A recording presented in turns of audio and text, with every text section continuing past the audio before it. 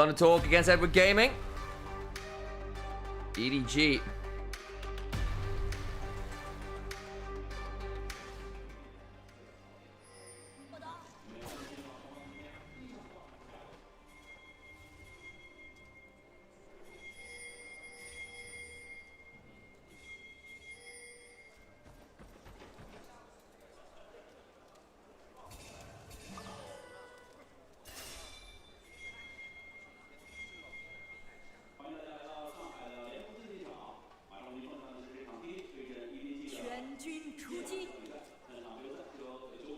Some crowds waving, saying hello. Udiger, better known as EDG, going against Tutta, better known as TT. TT managed to win a couple of series, and you can sort of see a very weird set of spikes, right? Very early on, good for Thunder Talk.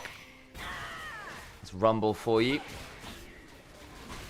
Braum as well, for that matter. And then mid-game, really good for EDG. When the Corki and the Trundle and the Alistair can all start causing some chaos.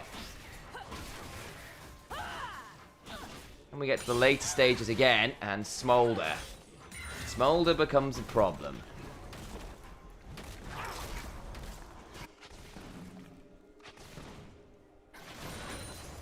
Hello, Mecha. Good to see you.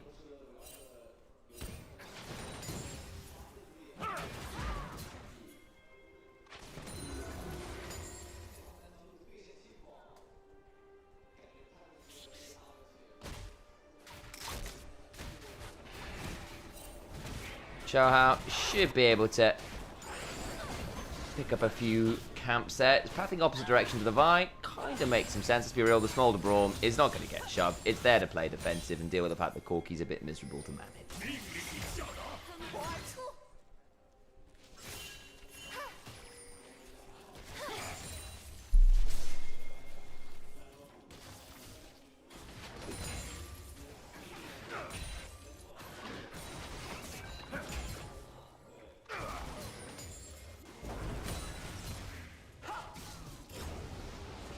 Bit of a trade there from Hoya, who has gone towards the Rumble today. We saw the other day he kind of passed up on that opportunity.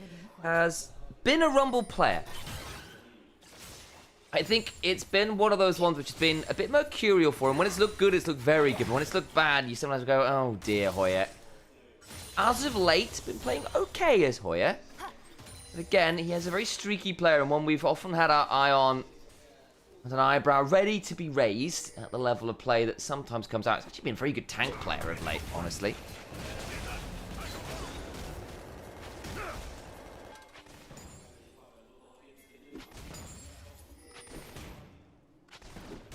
Kazo, you're favouring the TT draft? I honestly quite like it too for now. I think you've got very good AoE combos. I think the Smolder manages a lot of the draft traps EDG tried to set up with the Trundle Alistair early that Alex was walking through. And it forced them to change their game plans and go for something a little bit different. And I think they found something that's really good here. And also, if there was one person you wanted with a late game carry on this squad, it's 1xN. Oh, actually caught on resetting. Very nice. 1xN's also running the teleport with notice. We'll get a few more of those resets in. Manages to go back, having burned a lot of his mana, pick up an early coffee. Early cull. I need coffee. The reason is because I heard Alex in the background. I'm like, oh, coffee. I'm like, no. I'm a silly human.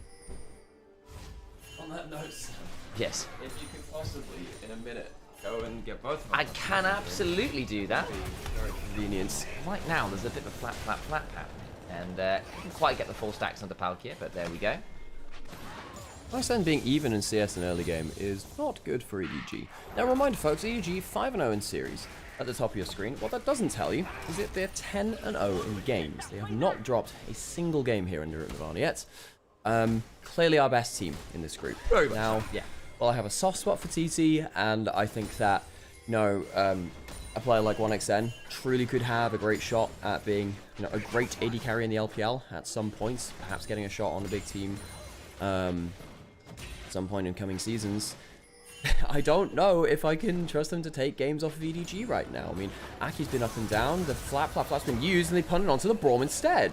1xN is trying to get in range to get a stand behind me available, but the pillar being a threat means that's really unlikely. So they get the kill on the Feather. 1xN has to flash. Good combo from EDG. 1xN does get out alive, and he does get some stacks from his W there, but I mean, getting a kill on towards Xiaohao is a great thing. Xiaohao is a great jungler right now. He has been playing very, very well here in Group Nirvana, and I'm very excited to see how he'll likely do against Group Ascend junglers. I don't think they've technically qualified through to, you know, the playoffs and whatever for... Or whatever. Do they do a Knights Forever stage? Look, I need to look up the format again because it's been confusing me so far. But yeah, Xiaohao, a player who is very, very strong for EDG. Ult comes through from Sata. He's partially for wave clear. Does force Angel to retreat a bit. Also saw Aki manage to Beeline? Beeline and Steamline. Yeah, I went then Steam towards and then Beeline. It was a very weird combo of words I decided towards. Either way, got in and stole the wolves while all that was happening. Bot side then got out and started the dragon. So actually, in the end, Aki getting at least something off the map for the intention Xiaohao put bot. But learning as well, we were talking about in the draft how we felt like EDG were winning the mind game of the Trundle. In terms of, okay, we have a Trundle, you don't want tanks. So... Outliners. No, I punched the microphone. No, I elbowed it. I've evolved the mic punching game. How could this possibly happen? Thank you for the stream streaks, by the way, Mecha and Kites. Quackstar as well, thanks for the follow. Julian, too, a little earlier. Appreciate you all. Oh yeah, farming up fine in spot side. Yes, that mind game of the Trundle. Trying to say, well, you know, You wanna pick tanks? Nope. Trundle will deal with them. The only two supports in the game which do have more like damage reduction over being straight tanky are Trundle, sorry, Alistair and the Braum. Alistair is the best quote unquote tank of them. Braum and his shield does give some damage reduction though and can be quite valuable against anti-melee. I think it's harder to use the Braum than the Alistair. And of course, he does have resist to steal in a more important way than the Alistair. Does he have any support on this side of the map? No, he's going to get a Hex Flash onto Headbutt back. And Palkia creates some space. Ain't that Pokemon relevance? Xiaohao will get a couple of chomps down. Flash away from Hoya. Pillar was still available, which would mean there's likely one more chomp available. But it's not quite enough. Jesus, that's a lot of burn, but Xiaohao will live through it. Smites for a heal. And Hoya does very well, given the situation, to survive the play.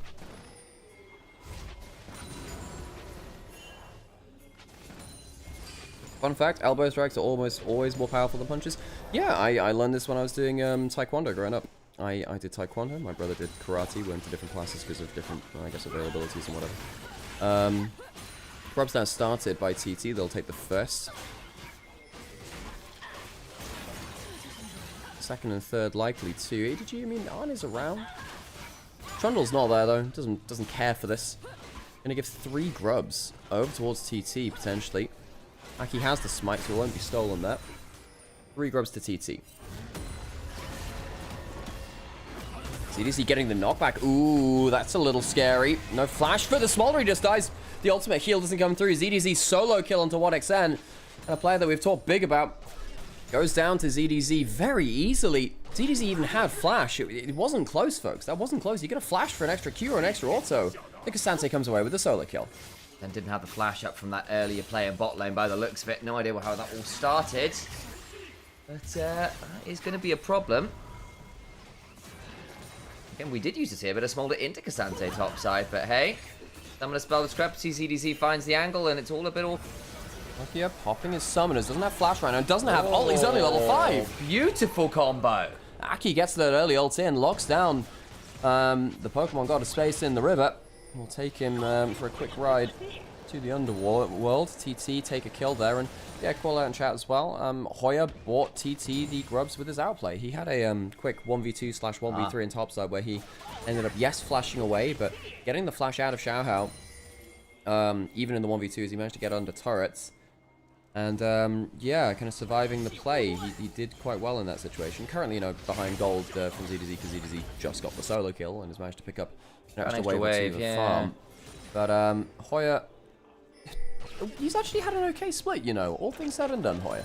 Yeah, I think the start of the split wasn't pretty, but the last few series have been pretty solid, particularly on tanks. If you were going to have him on a carry, I think I would argue the Rumble is the one he's certainly been the most experienced on. And has found a fair amount of success there. It's been a bit up and down. but at its best, it's been genuinely good. The Camille is another one, of course, but that one is a little more missed than hit. Yeah, no. The Camille, the fact that he managed to win against Bin in a game 5 with a solo kill in it, that was incredible. That game is like, that is the golden goose. Every other game is just... Yeah, but in a sense, it's been cooked. They're in fact roast chicken instead, which is very nice, but sadly not good to last. So, fun fact, you know, obviously, like, for PUBG, when you win it, you're a chicken dinner, right? Yeah. You win the chicken dinner. They just did the first Supervive lap over in Asia. And they had people like Prey, Marin, all of these crew kind of playing. And like, wait, Shao was there. It was a pretty stacked roster of very famous League of Legends names. But the winning squad actually had a big chicken dinner brought out to them. That was a trophy, was them just lifting the lid off the chicken dinner. That is so funny. That's actually very funny. I like that a lot. It was great. Dragon spawning in a few seconds. First one was taken by TT. 3 grabs and the early dragon. I mean, TT getting decent early objective priority. 1xn, despite the solo kill, almost even in gold with the core key. Does have a cull stacking in, what, 4 waves or so. Go towards his tower top side. If he gets himself a play, he'll be very happy with that too. Going towards SS Reaver first. I'll kick getting under turret, double combo. Has the ultimate now. Pops the phase rush. Teleport in from Cassante. They just no longer have that teleport to go towards something like that Dragon if they need a defense of it, but there's no contest from TT. Dragon will go to Xiaohao and EDG 1-1 in those Dragons. Nice angle there. Their first objective of the game, of course, worth noting. First catch of the day. That's the one.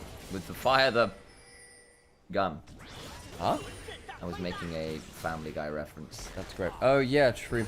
Hoya going to ult out Xiaohao. Neither of them have flash. Well, no, Hoya still does have flash, actually. Flash, gets over the pillar, last auto does it. Hoya ends up going down that, survived in a 1v2 earlier, can't do the same here as An comes down, and Xiaohao, good angle from him to force Hoya to not only die, but lose that summoner as well. Does get the wave shoved at least, Hoya, that's what he was there for, got it down, got it in. Yeah. Every top laner out there is going to go worth. Yeah, that's totally what you want to do there. I suppose it does delay Angel from hitting tower on the other side. And Angel, a very storied player, folks. A very storied player. A player that's been to World's Finals. Getting teleported onto by the Aurora. I don't really think there's a great engage angle here. All you do is end up forcing the thing back. That teleport there is just to make sure that setup is stationed in this lane. It's not a playmaking teleport. Yeah, it's just if Angel had greeted there could have been a punish, and obviously he didn't. Slid away. Again, it is Azir. Not fed exactly the easiest champion to lock down. Okay, does have flash and ult. Used the pull early. Good damage there from the Aurora, and the spawn passive over the top of it. Ow. Yeah.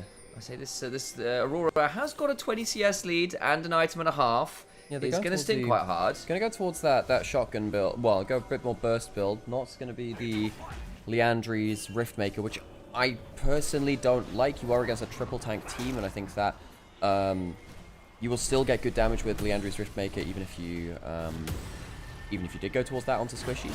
Going towards the Ludens into likely something like a Riftmaker second, so you're somewhat halfway housing. But it's on setup, Sify pays off the build. I will say, I do think at least at one item is deceptively good into Trundle, because he's only got a Trinity Force. And you can sometimes just pop him quite hard with that build. Sure. I don't underestimate that, but...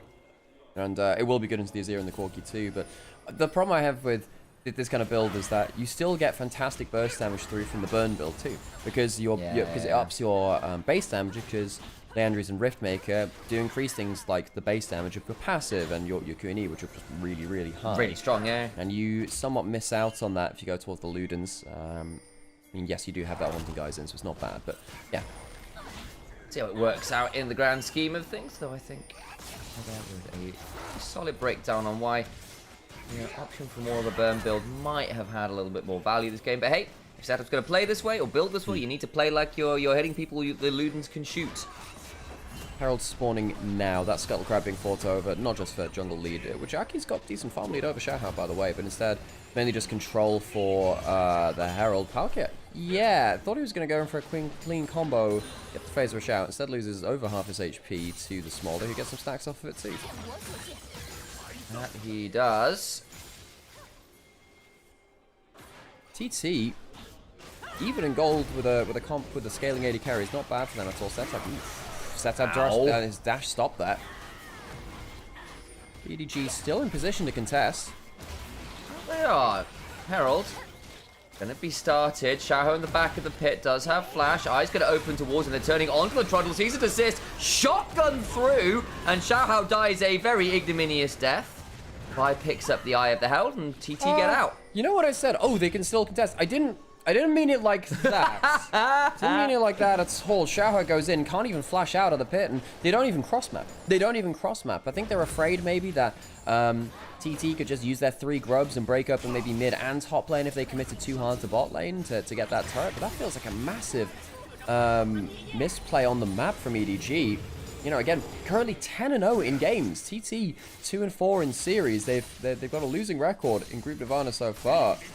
EDG losing those 3 grubs, losing the Herald. There's a Smolder on the other side stacking up. That is not a good sign for them. Yeah, the Cole's now in. It's actually got a gold lead, gotten an early kill now as well as a result of some of those shenanigans. He's going to go over the wall. I think Aki always was a bit of a Vi enjoyer, for better or worse. So far this game, a couple good ults in a decent position here. He's actually up 30 CS on a Trundle, which is no easy feat because Trundle's quite a quick farmer.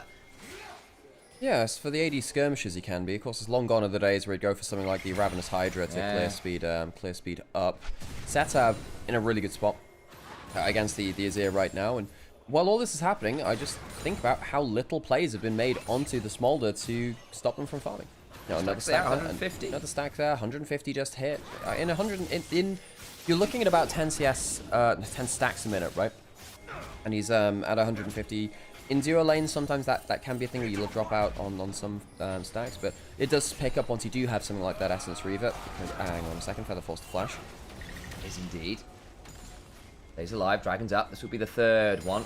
But of course, no one's got anywhere near Soul Point, which Smolder is quite pleased about in the grand scheme of things. Normally, if you're playing into Smolder, when Smolder was at his most oppressive, one of the big things was like, look, can you rush Soul? Can you rush Soul? Yep. And get towards that point where actually, if you can get Soul before they get all of their stacks, the 225 mark, then life was good. If you can't, it's got hard. Now, lead with that initial early Dragon. And a Herald charge through mid lane. I think this Smolder is going to be very scary indeed. Yeah, so that mid lane tower gives you great control now. You can push up with the Smolder very effectively. I'm not sure this is going to be used to go into the... Is this going to have enough steam to go towards the top lane and out of turret? I'm not sure, actually. I think it'll run out just before it. It will bring it back in towards it. Yeah, it runs out of steam.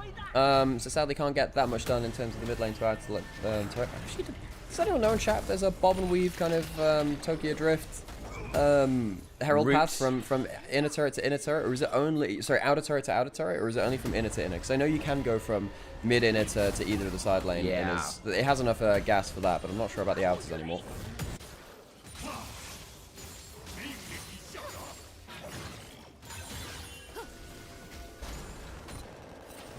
We shall find that out later. So, that's our passing word when we want to speak about something different.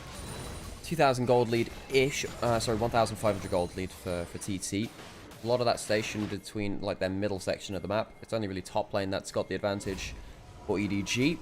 He's got 2 items. The Cassante, good enough angle, can, you know, bop the vibe back from some engages, potentially get onto the Smolder. Yeah. Things can happen. And by that I mean murder. TT... Dragon slaying. Yeah, but TT, I mean, you've got the fire cannon on Smolder, which I think makes a lot of sense when you're trying to outspace someone like the Trundle, the Alistair, and the Cassante, right? Yeah, because if you're trying to play around... EDG is quite ranged. Yeah. Predicated, you know. So if you have a fire cannon, it means that you can get out of a regular combo range from Alistair. Now, you probably shouldn't be stood within combo range from Alistair ever. But it does make the threats a lot lower. Like, actually, also, when you're going to get a good pillar angle down, or a good Azir shuffle angle down, or how easy is it for Cassante to, as long as they're on vision, to get close to you when you're trying to get damage down. So I think that all makes a fair amount of sense. See whether it does end up being the Infinity Edge 3rd. I suspect it will be looking at the BF Sword and Inventory. It would make sense when you've got the rapid fire cannon in. Yeah, Infection really makes your damage go into overdrive. So your Q damage does apply. It does get the bonus from Palkia. Blowing the heal. He's been struggling to get land plays coordinated with his team. EDG, I'm a little bit worried that they haven't been able to make those big coordinated plays. They do have, you know, Azir sweep. You have Corki's early power. You've got Alistair and Trundle trying to combo up together, but EDG have not been able to land that many big plays onto the Smolder particularly. And the last time we were watching Thunder Talk, it was set up, getting caught out time and time and time again in the side lane.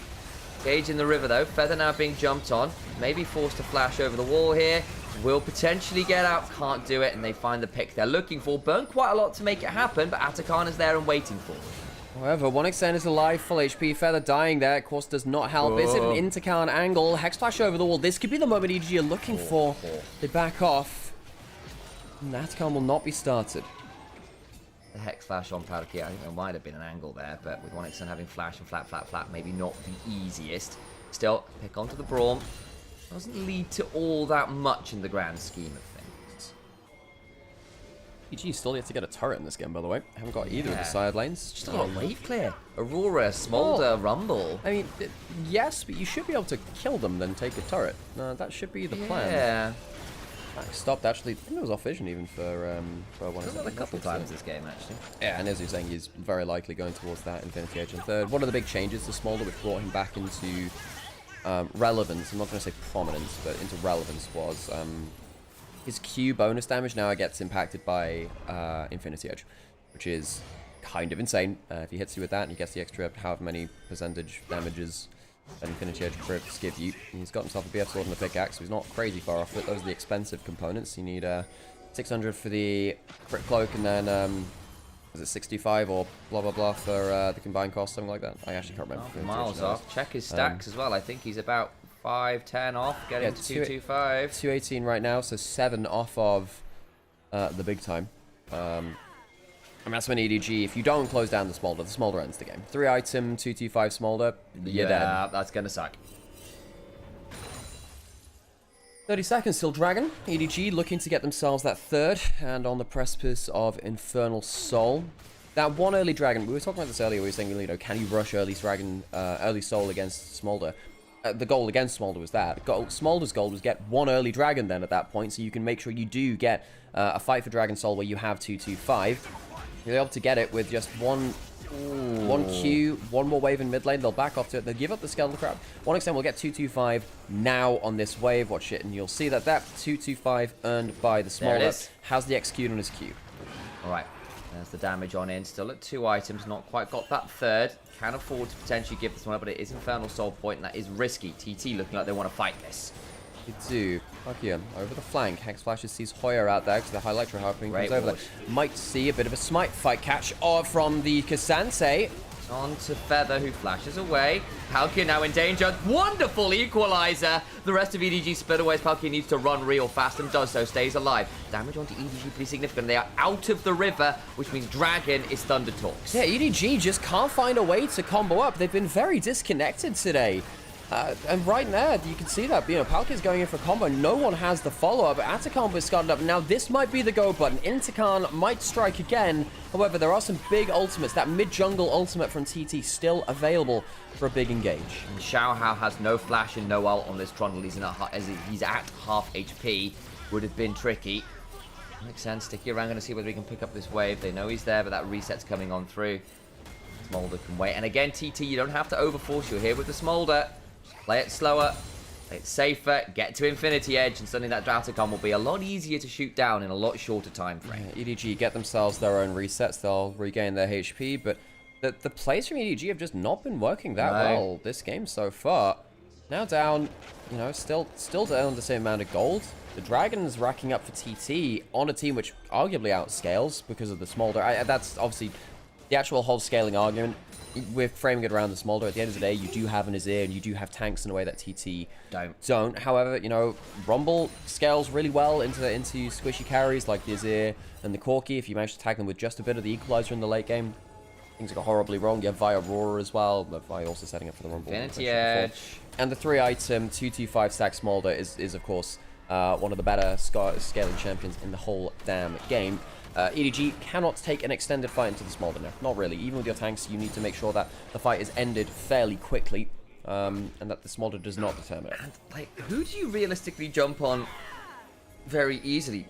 The Rumble, maybe? But Rumble can throw his Equalizer down from miles away. Aurora notoriously hard to pick off, though at the moment I say that setup may now be in danger, but is quick enough with the W to get out to safety. Yeah, the thing about that W is that you get move speed depending on if your passive's procced. If your passive's procced, you do get some extra move speed, which is really, really nice. It's across that, actually. across the veil. Or at least it used to be the case. Is that the case now? I think it is. Total grab taken. They'll be able to clear out some wards. Atakan, of course, still available. EDG do not want to give up presence here.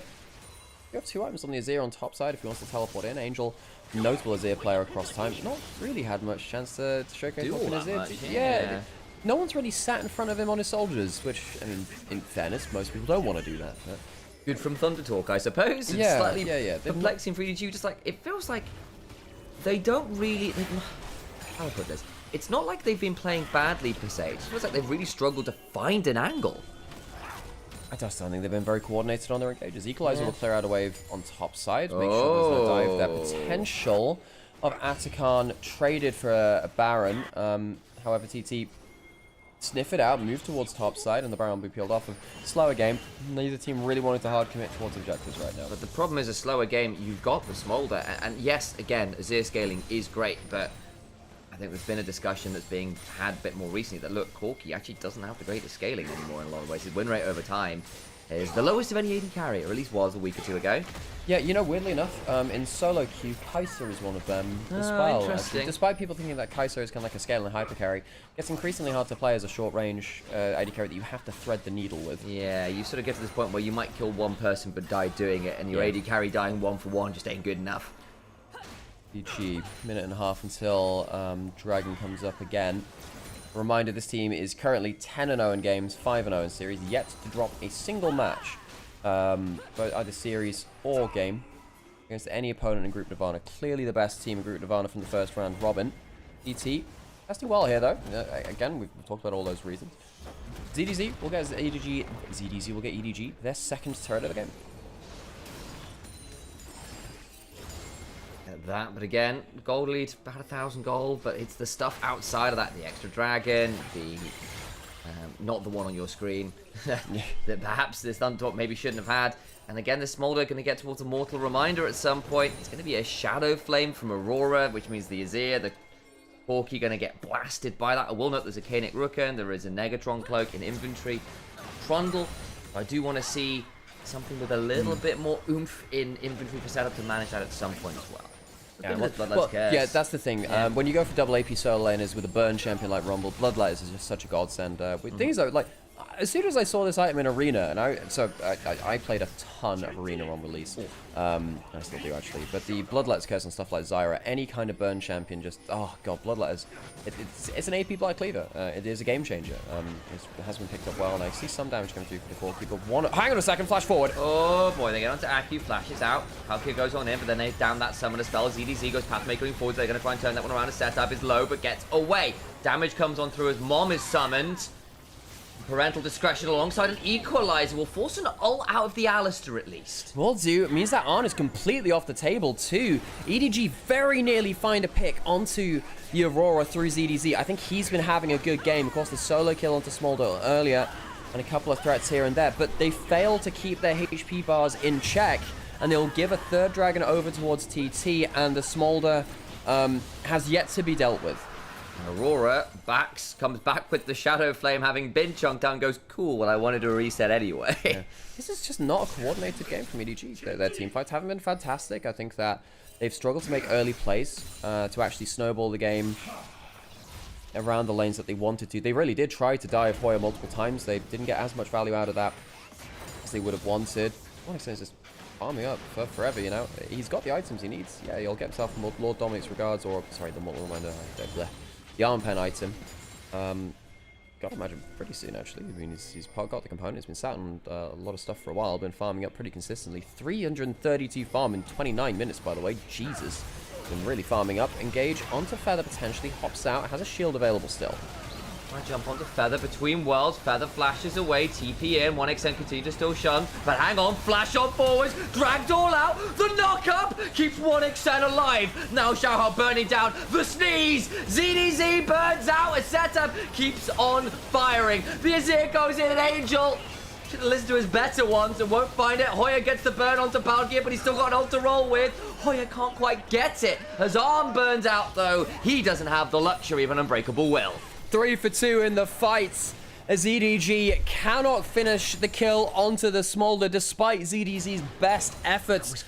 Really close. And Angel tries to make a road and instead finds it is full of potholes. EDG will not find their big fight. TT will get themselves the kills that they want and move towards the Atakan. No jungler to go towards the Baron, and I don't really think they have the ability to tank it. Look, Palkia has an okay pick over the wall here. They've managed to catch out Feather a couple of times. He's the one person they've actually managed to catch out. You go into a choke point, the Aurora does some mega damage. And ZDZ very nearly gets the play which wins them the game. If Xiaohao can get a single chomp down there, That's a dead Smolder. I think it's a dead Smolder. Yeah.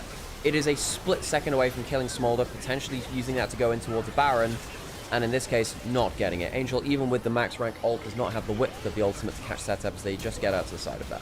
Palkia just about survives by getting his ult up mid-fight. He's on about 10 HP. Arn, however, isn't so fortunate and burns out as well. Back out onto the Rift. Atakan was claimed by TT, so they have some extra petals and the extra value from Got about 10 from it, yeah. from each of the petals, which they do have in total now. And yeah, 1XM, pretty close to getting that more Mortal Reminder. Mortal Reminder. Ah. Yeah, Mortal Reminder, the anti-heal armor pen item. Dude, I'm telling you, man, I'm just starting to just randomly induce bad naming convention from myself. I mean, there is the Realm Prism and the Rune Bomb. I was calling EDG Udiger earlier. You were calling them Udiger? And Tutter. Tutter and Udiger. Tutter and Udiger. Udiger, yeah. In the Luppel. Alright, we're gonna make some fire tapping on down here as Palkia goes on down. Our Aki goes on forwards and punches ZDZ in face. Didn't enjoy that one, did he? Tutter, go towards the Baron pit in the top side. I'm going to stop, Jesus Christ. Tin, the Tin TT. Getting a taken down. ZDG once again struggling to play around these choke points. TT feels like the scaling has come online and the EDG have not had a good enough answer to it. You know, we did a really good job when one of my mods as well, hello Trinity, put, oh god, that Smolder hurts almost as much as the casting right now, which is the correct response to that. Sometimes games are low enough action that I'm sat there going, I need to do something. I will be my own entertainment. Yeah, Shadow Hysterics, another one of that class of thought. Exactly. Right then. Inhibitor turret is under siege by minions. Angel will stop that. I do want to point out the inventory of one little dragon that could, namely in the form of the Mortal Reminder that has now come on through. Yeah, I hope you're all well now, by the way, Blade, by the way, in chat. Obviously you had that, yeah, bit of a health scare a little while ago. I hope you're doing fine now. Okay, 40 seconds until Dragon, as you were just saying. I mean, you got Baron to set up for it. If a choke point is controlled with Aurora, Rumble, and Smolder, EDG cannot win fights. They must somehow find a miracle flank onto 1XN, who is still without flash from that previous fight before the Baron. Hard one stuff. Can EDG keep their spotless record alive? Elixir of Sorcery on Hoya right now. He's going to sting quite a lot as well. And the problem is the Smolder is at so many damn stack with so many damn items. They just get to sit here and throw spells out and feel kind of happy about it. Try to find the pillar. 1XN not really threatened by it. Feather does get chunked a little bit there. And again, you still got to remember the front line from TT is very conditional. EDG can still do a lot of work with things like soldiers if they can find an angle for them. Getting past that choke point are EDG. They're still, however, one flash away from the combo. Tried to make it happen and he burns out doing it. I appreciate the trigger pull, but they're going to all go between worlds for a little bit more of a permanent vacation to the underworld. ZDZ trading out with Aki, but he is not all out enough to manage that, and they get 3 kills, including the smite. To Dragon they go. Soul is Thunder Talks. Yeah, they go on a permanent vacation, and it's not quite as pleasant listening as the Aerosmith album. TT will take themselves the Soul. They will move across the map because they still have a minute left of the Baron buff. They'll crush through multiple towers. They have 3 grubs from earlier in the game too. EDG, why did you give them all of these objectives? That'll be something to look at in review. EDG really not putting up as much of a fight as we would have hoped. This is a team which is undefeated in Group Nirvana currently. How are they losing games like this? By having only Palkia be your easiest point of engage, Angel burns down. Everyone else is getting roasted alive. Dragon's Breath is far too much for Edward Gaming. And for the first time in summer, Edward Gaming lose a game to Thunder Talk of all teams. TT, a confident foray onto the Rift. In Smolder we trust, in 1xN we trust. A smile from Aki. That means we need to flick our cameras over. Get ready for the Rift for game 2. TT lead. EDG have finally dropped to game. How about a series is now the question we ask ourselves.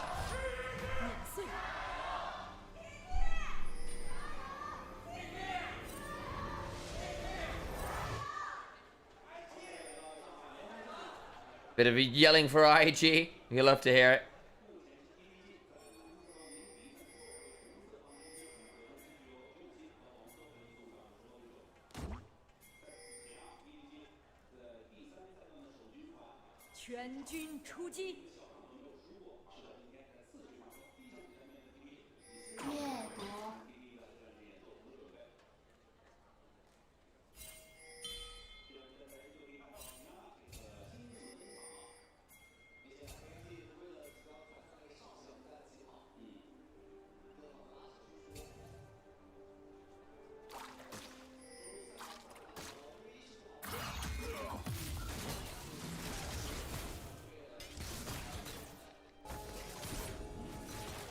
Too much to be seen here at the level 1. Whoa, that was unfortunate. I was trying to do some social stuff and instead we get some getting ready for things. I need to be careful with my volumes. That's what I get for trying to do socials on the side. Multitasking, folks. Chunks early on.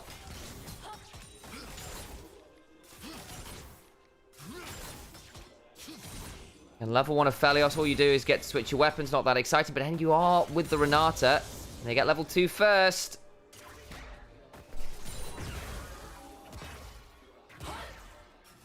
See exactly how that goes.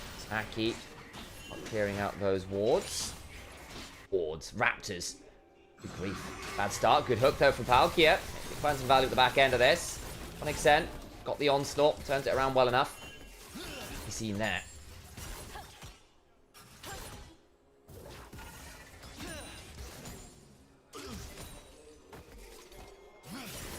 When did Nymaera grow a beard? Well, that's just it, isn't it? I'm the prototype version. I'm like from another timeline.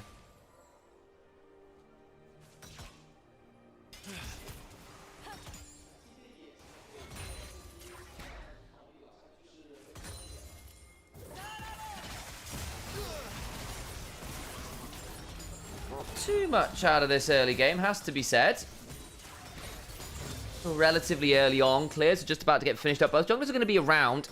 I don't actually know how easy it will be to find a full engage. Feather is body blocking for 1xN. Has got the Guardian as well, so an engage for Palkia probably wouldn't lead to that much right now, it must be said. Aki down and around, so is Xiao Hao. Does that lead to anything? There's the ward. Hook onto Feather, but the handshake after.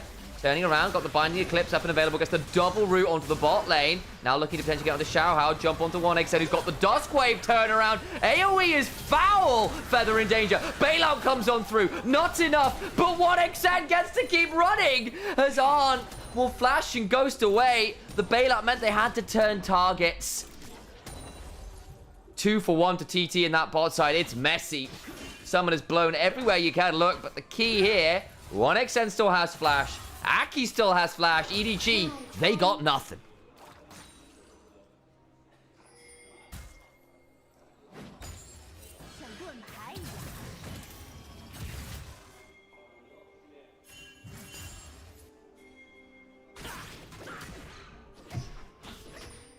So, quick look at the replay. Both junglers turn up at the end of their clears and violence ensues.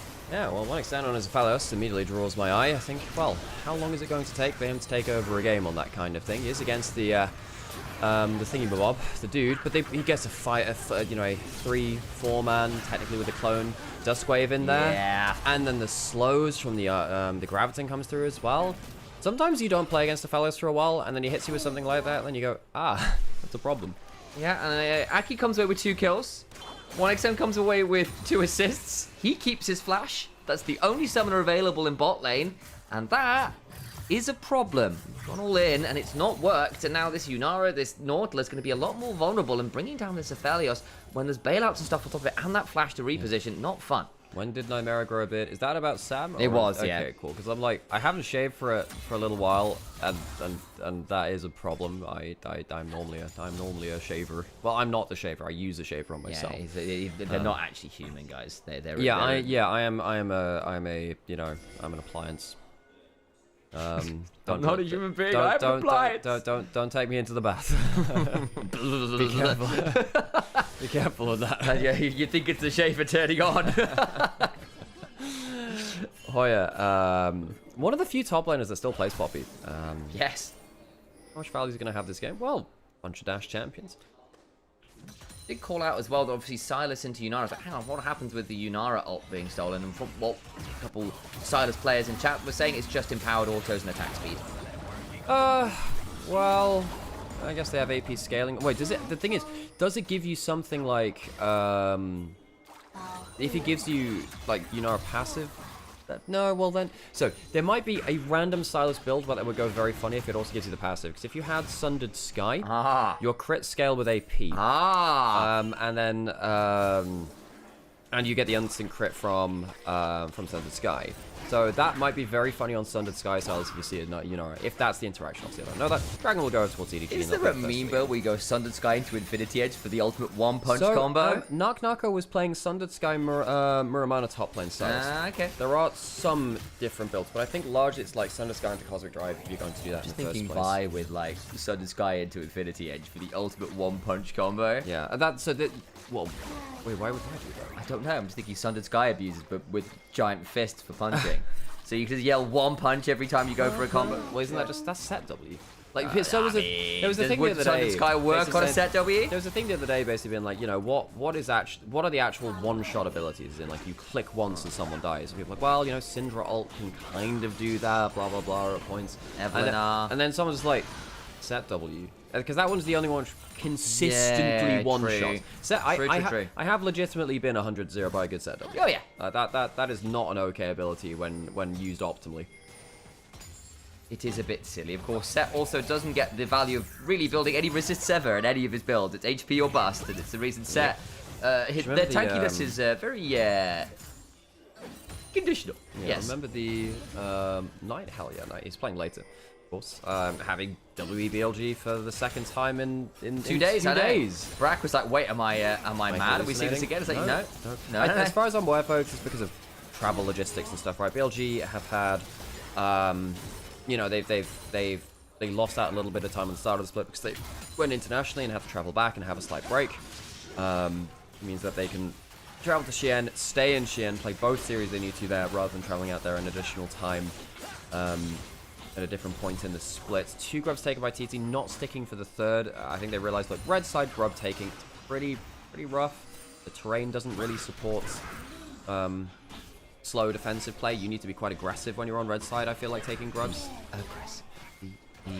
Because if you're engaged onto that wall is often the death. Yeah, it's pretty rough. Unless you've got a lot of dash champions. Silas can manage it, but like there are some comps where you go, cool, I can just get over the back of the pit and it's not an issue. There are other comps where you go, if I'm in there, we're in there. As it stands, TT happy to take the 2 and leave it alone. Could TT get the full series win over EDG? Could they get that over them? Quite like the Aphelios angle here. I mean, I'm a little worried that Orianna on a Wukong kind of just instantly blows him up. Well, you've got Bailout. There is. And you've got Crescent Guard and Poppy W. And Hostile Takeover. There are a few tools to make sure the Aphelios is protected if they do full send on them. Yeah. Yeah, I mean, the Bailout might be enough. And there's a Poppy ult too. Satsab can steal something like the Nautilus ult to disrupt the combo. Rifle turrets are nasty. Yeah, I mean, the tools are there. And if you're going to say, well, you know, Yunara, if she's got peel tools, will win a game, what the Palace has been like that for a little while too, right? Since release, basically, let's be fair. I think, look, let's be honest, Yunara's numbers are better than Aphelios's. Agreed. But I feel like in 3 items, Aphelios probably wins the DPS check with the right weapons. Maybe, I don't know. Yunara at 3 items. Bit silly. Sam's going to go take a quick break, and Sam's going to get his coffee, alrighty. Fan turned off again. Why would you do this to me? This warm summer Berlin room. Gosh, it's so warm here recently. Dragging a minute and a half, not up too soon.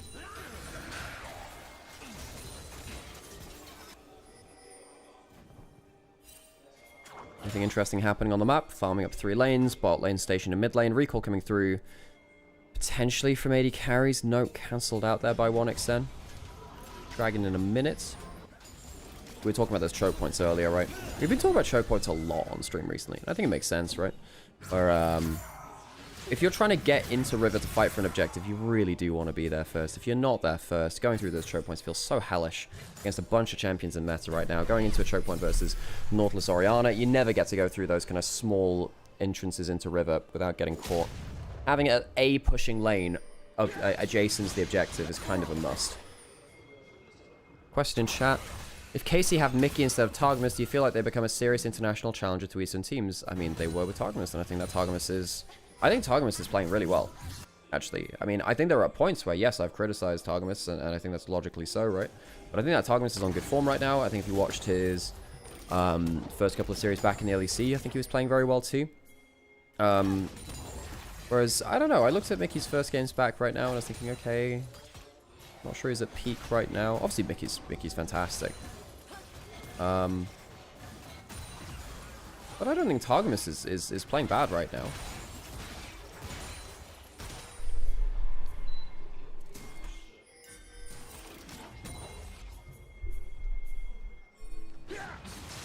Dragon started by TT.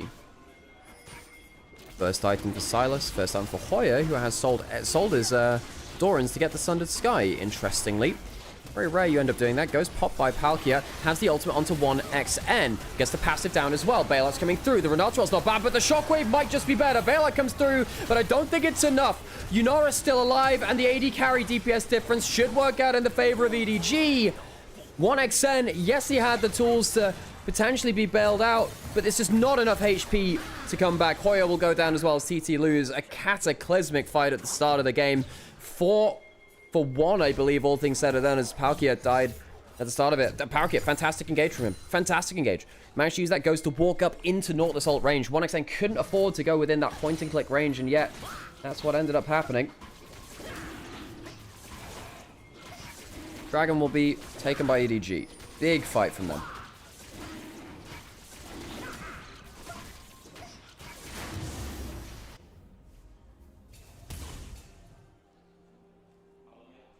Hopefully we'll get a replay of that. Collector built by Aphelios now, of course.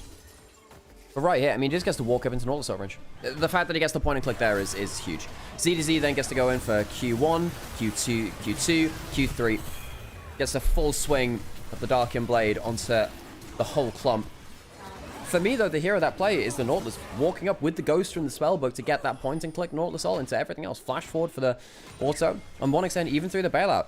Bailout brings you back once. If they have enough damage to kill you 3 times over, that ain't gonna help you. I see I missed a big old team fight there. 4-for-1 in favor of EDG. Oh, dear.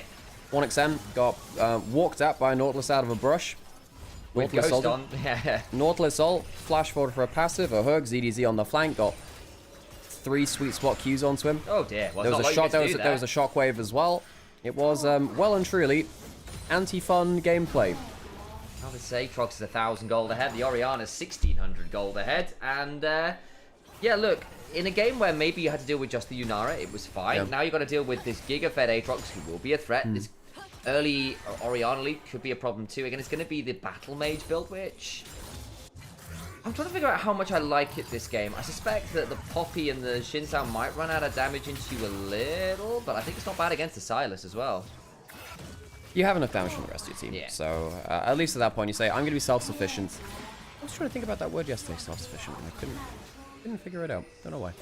But yeah, I mean, let's be honest, Aatrox, Wukong, pretty high damage members. Yunara, very high DPS. While it does mean that the magic damage you have as a team is a lot lower, because you're the only magic damage source, I mean, with a little bit from Yunara, right? But not enough, really, to be notable. Potentially that could be an issue if things get more to even, but you have 2 dragons up, you're a bunch of gold up now, 2, you have 1 out of the 3 grubs. It's not like TT have 3 grubs planned into you as well. TT, they will have to do better at healing for their Aphelios. I think 1xn didn't have the best positioning in that last play, got flanked on very easily in that last fight. Aki now being run at is a level down, but does have fairly decent items to work with, and they'll fight off that Ingress there onto their wards. Still okay about it. Herald started by TT. You do have the rifle turrets. 1xN has flash. TDZ does have teleport. He'd like to take down this turret first if he can do. Might have to leave that push a little bit early if they want to actually contest it. Yeah, so he's going now. Herald's going pretty low. Angel on one flank. Poppyot being charged up. Opta goes wild. There's still that flank angle. Into the backline they go. It's onto Aphelios, who needs to think about running away and just doesn't get the chance. Where was the bailout? Trying to turn it around. They killed off the Nautilus, but the turnaround is already brutal as DDZ and unleashes.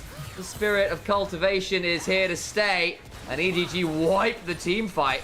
Not good enough vision control from TT. They didn't spot the flanking threats. And I'm going to be honest, again, the bailout wouldn't have been enough. It would have taken down the Aphelios twice that amount of damage. The Cyclone, the Shockwave, everything coming through. Mid turret will be forfeit. Bot lane will fall down soon after. First turret of the game taken by EDG and a step towards their feat of strength. They might even get a full 3 turret push into every single outer turret. Xiahou, great flank angle, was initially spotted going over that angle though, and that is pretty bad from the side of TT. Setup jumps forwards looking for engage, and they just don't ward out the Wukong well enough. Look at this, the shockwave comes through. I don't even think, wait, hang on, they didn't even need the shockwave at that point.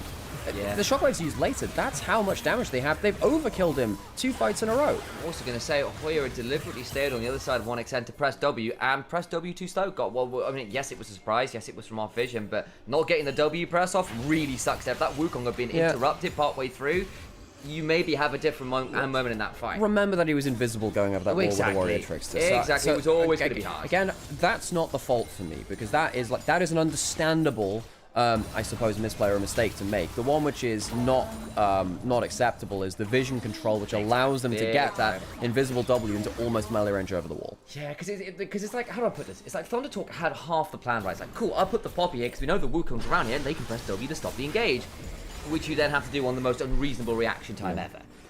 I'm asking map 2, TT, don't ban Yunara. They had a choice between banning Yunara and Varus' last ban. That was the problem that they had, and they chose to ban the Varus, which I think is the strongest AD carry on the patch still. But yeah, Yunara... Really been about the Yunara though this game. No, it hasn't. No. And again, this game is not about the Yunara. This is about EDG. Well, even then, let's be honest. Yunara is not added into these kills onto the Aphelios. It has been very much more about just the Wukong, Aatrox, Orianna just dunking on this poor AD carry. 1xN is one of the best Aphelioses in the world by my eye. However, this is not a game which is easy to play at the Aphelios. Even the best Aphelios players in the world right now really struggle to make this champion work outside of specific scenarios. I think he is better than many people give him credit for. Dragon's going to be started by EDG. It would be so point for them. TT, they don't have the vision control. They can't approach this right now. They'll have to back off. He sold point for EDG, and feats of strength on top of it all as well. Nice workmanship boots now in inventory for EDG. They've gone to aftermarket. It's like getting like flame decals on your car, but for your feet instead. I remember going to the aftermarket in Need for Speed Carbon. Oh my days, yeah. Need for Speed Carbon's the one that I played. Now I know a lot of people have very fond memories of Most Wanted and stuff. Well, no, I think it was Underground 2. Sorry, Underground 2. Sorry, you're right. It was with the skyline things. Yeah, Most Wanted was also. Wait, was that the one which came after Carbon, or was it? It was. Underground 2 was what I was meant. Now, because I actually think that Underground was. Like, oh, this is the build from. Okay. So 1xN's doing a little bit of a different build here. There's a fight happening on screen, but basically he's not maxed out his lethality as early. Okay, gonna get the knock up onto Aki. Still got the Crescent Guard. Hostile takeover comes across. Trying to get some value onto Palkia. He's got the bailout on top of him, but will run out shortly. Hoya looking for potential flank angle. Gets onto the Nautilus. Should kill that off. That's pretty good value. At least they do get something there. They do, and now suddenly EDG use a lot of aggressive combos to go forwards. Got worried there for a second. Doesn't actually lead to all that much. And yes, they did use quite a lot of those aggressive combos. Armburn Ghost. Most Wanted did come out before. It was Hot Pursuit was the one I was thinking about, which came after. And I was like, hang on, Hot Pursuit was the one which I felt like... Now, I did enjoy Hot Pursuit for what it was, but it wasn't as classic a Need for Speed game. Much less about, like, the whole kind of, like, street racing kind of culture, I suppose. Most Wanted was good. Most Wanted was good. Underground 2 were good. And there was also... there was one which is basically just about drifting as well for Need for Speed as well, which I can't remember as well. Carbon was the one which I actually had. That's the one which I They we were had like a playing cool though. story and like a great city to drive around, and Yeah. then they started moving more towards like a Gran Turismo type Yeah, thing. whereas and like, it was, Carbon was races, so, yeah. like the boss battles in Carbon were really good actually. The whole like canyon races. Oh, they were so good thinking about it. Man, I'm just going quickly recovering what 1xn did. He went 3Q, 3W, 3E. Yes. So he's not maxed out his AD. Gets a little bit of attack speed. There are some combos which are only possible with a little bit of attack speed, and when he's going Collector into Lord Dominic's Regards, you do lose out a little bit of that attack speed. Compared to, you know, some builds where you used to go with stuff like Kraken Slayer and like that earlier. Which one is attack speed when you're W. leveling? W is attack speed. Q is AD, W is attack speed, E is your lethality. So not even maxed out the AD though, which is very, very common, where you often, I mean, the way I play fellas, because it's just simple for me, is I go Q and then into E. Because, you know, AD is always good, right? But lethality got some buffs a little while back, which means that when you have Collector and multiple early points on your E, you have very good burst damage, especially against squishier teams. You know, there are some tabby built up on EDG now, including onto Arm's, what's it called, Nymaera. However, he has completed the Lord Doms now, so that armor is going to, of course, be mattering a little less. Collector Lord Doms plus some extra E procs. Like, that armor is not significant enough to stop you getting on through. With that attack speed, see if we can get some of those crazier weapon switches off. I know if you're trying to use Calibrum Infernum. So what is that combo? I know there is the combo. You auto flamethrower, and then before the mark procs you can get another auto, then the mark gets added, then you get an auto reset. It goes kind of wild. You basically get like 4 auto attacks in the space of a second. Okay. You basically spam autos and get a Q in there as well from the flamethrower switch over. That's kind of started up EDG. They're stood on the objective, which I think is much better for them. TT, they don't really want to walk into a shockwave. They don't want to walk into enemy vision control. Poppy's springing up the copter. Does get rid of the H-Trox. Oh, that's potentially quite good. The problem is the Atakan is just dead, right? It's gone. Yeah, no one really able to get in there. Fight afterwards might be more doable. Palki just gets eviscerated. CDZ at the back end of it, though. Severum Crescendum, potentially a good angle. The Calibrum, the Shockwave! Bailout for 1xn, but he just won't get anywhere near enough damage to come back to life. And the Aatrox stands and presses Q so many times, and everyone else is just crying in chat. EDG hold the choke point, and 1xn does not flash the shockwave. Thought he could walk out of it. Nope, no he can't. 1 and 3 on the Aphelios. This champion has so often been the crown jewel of 1xn's champion pool. Not today. 1 and 3. EDG doing much better at just holding objectives in this game. Standing there, holding the choke points, and TT don't have that many ways to brute force into them. No, they don't. Hoya knocked one of the flanks away, and that's all well and good, but then the Atakan goes down, and the fight afterwards, oh, well, maybe with Palkia going down, it's a 3.5 v5, and Shockwave Wukong things happen. Yeah, well, you see I want to see if this chain CC. He gets the rifle turrets down, which were really good. Does he get the 3-up and switch off as well? I think he doesn't quite end up doing so. This isn't a Wukong, by the way. This is just the Q2. Yeah, you're right. This is a Q2 into the shockwave. You have to flash that out. The CC chain did come through. Maybe got hit by that Q as he was planning to flash. You should be able to flash out of that. I don't know whether it has the DPS to really stand and fight after that flash is down. It's a little bit sad, but still, big mistake there by 1xn. He needs to be doing the damage. Setup has done nothing on the Silas. He's 3,000 gold behind. Now, we're phrasing this about the Aphelios. The reason we have to phrase this about the Aphelios is because the Silas is doing so poorly. I think that criminal number 1 for TT is Setup, sadly, being so far behind on the Silas. However, also 3k behind. Like, it's rough. Yeah, perhaps the solution would have been the Aphelios, but not with plays like this. No, and now with 9,000 gold down, they are 40 petals to 15. Jesus. They have just picked up Soul. EDG have just made this one a textbook game. It was a little bit dicey early on with those bot side players going a bit wrong, but the moment they got that one incredible team fight, the 4-for-1, they have not looked back, and it has been damn clean. At this point, we are looking at a game 3, no doubts about it. Yeah, TT being this far behind at this timestamp with Infernal Soul. This is about as dominant as a game can get, actually. Yeah. You know, you have the Mega Buff. It's a good Mega Buff in that Infernal Soul. It's not something, I don't know, Cloud Soul and Chemtech Soul can sometimes be less game-ending threats. Yeah, Infernal Soul often is. Only really Hextech can feel something more than... Hang on, that's not a bad pick onto Arm. He does have Ghost, though. Oh, just got hit by the hostile takeover. Blown up. 1xn trying to heal on through with the Severum. Does have the flash and the bailout. Needs to be aware of the Infernal Chains come on through. Bailout time's out. And ZDZ will avenge the AD carry with the press of a Q button. Maybe a few more times, but wait, Setup with his own Aatrox on rolling. Actually just get a fair amount of value. The problem is it's a triple kill to ZTC, who is such a problem this game. Angel is trying his best to stay alive, but it's the battle build. Oh. He just doesn't take enough time. It's the quadra kill to ZDC, the world ender. ends a few extra lives along the way. The end of the world and the end of the alphabet. ZDZ comes up with a quadra kill to put TT into the dirt. The alphabet's only got 25 letters in it now. T will be struck for the record. Do it twice for good Very nature. smooth. Cheers, I appreciate that. That was on the flow, so I haven't played that one. That was good. You know, the initial play, catching it on, it's good. They managed to get the damage through from the Aphelis. The problem is the Aphelis has to commit the big Infernum ultimate to with the flash. Goes into melee range of the Cyclone. Does get some good healing with the Bailout and the Onslaught running from the Severum. Auto attack will do it though. ZDZ has done a ton of good work in these team fights. There's a reason why the Aatrox is pretty good even in the peak Fellas meta. If you can get into melee range of them, they can sometimes really struggle with that.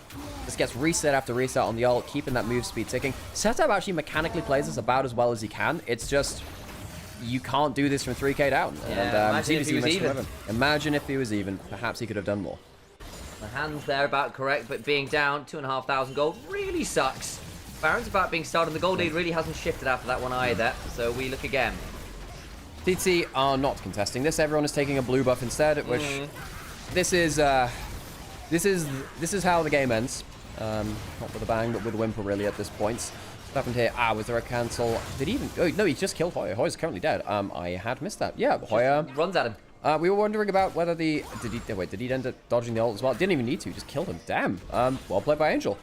Again, he's got 3 items, and for all this is a more of a how many autos and how many skill rotations build can I get through. Yes. You do now just not care about Poppy at all. There is no combo that Poppy can do that will kill you in good order. Now with Baron, tier 2 is going down. Xiaohao takes next to no damage. Judgment comes across. Flash it into the base. Palkia with the ghost running. Looking for the hook. We'll switch summoners. And the inhibitor turrets are breaking. The inhibitor's after. All but certain to follow.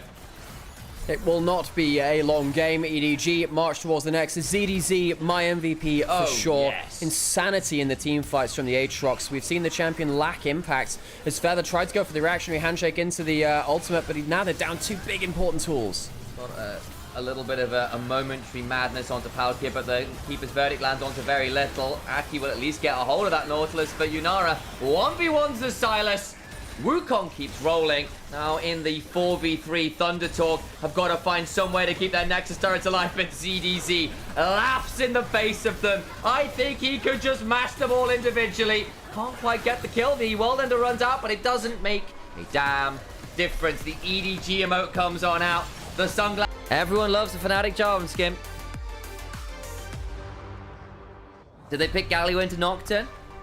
Yeah, you can either do Galio early or do it proactive. Oh, late. Gios first.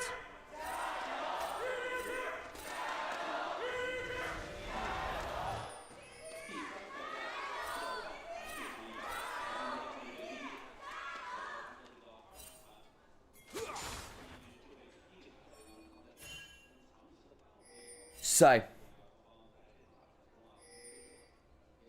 Galio into Paranoia is a weird one. Because the moment the Nocturne presses R, Galio can't. However, if you do it early, you can make Nocturne ult at awkward times, or you can just wait it out, do it that way. You often want to be proactive with Galio in those scenarios. TT with their combo, very easy to jump the Jhin.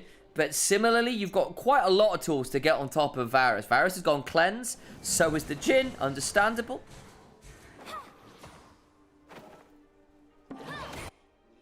I think really a lot of this will be about which AD carry survives the dive better. They're yelling EDG Jayo. Jayo is what they're yelling, not Xiaohao. Which sort of means like, it means add oil is the translation. But it's basically like, it's like fighting over in Korea. But it's like the regular Chinese chant to cheer on your team. You'll yell the name. Follow up with Jayo.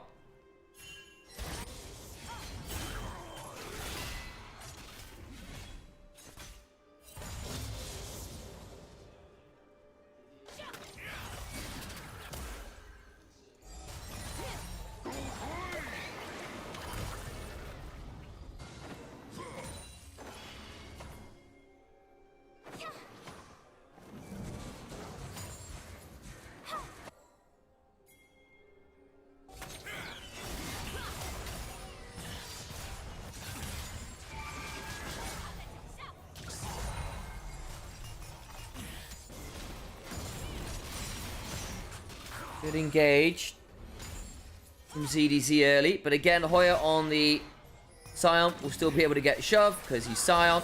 Good engage onto Arn, who forced to flash. Nicely done there. Flash off the Jhin makes them significantly more vulnerable. See whether that will matter before things like ours come up. But if Aki can get to level 6, that Jhin will be dived on. EDG Wombo combo wins. It's pretty nasty, I agree. But it's not like TT don't have their own Wombo of their own. Though I agree it's a little bit more single target with the RE Nocturne versus the AoE of the Cataclysm and the Galio Wall.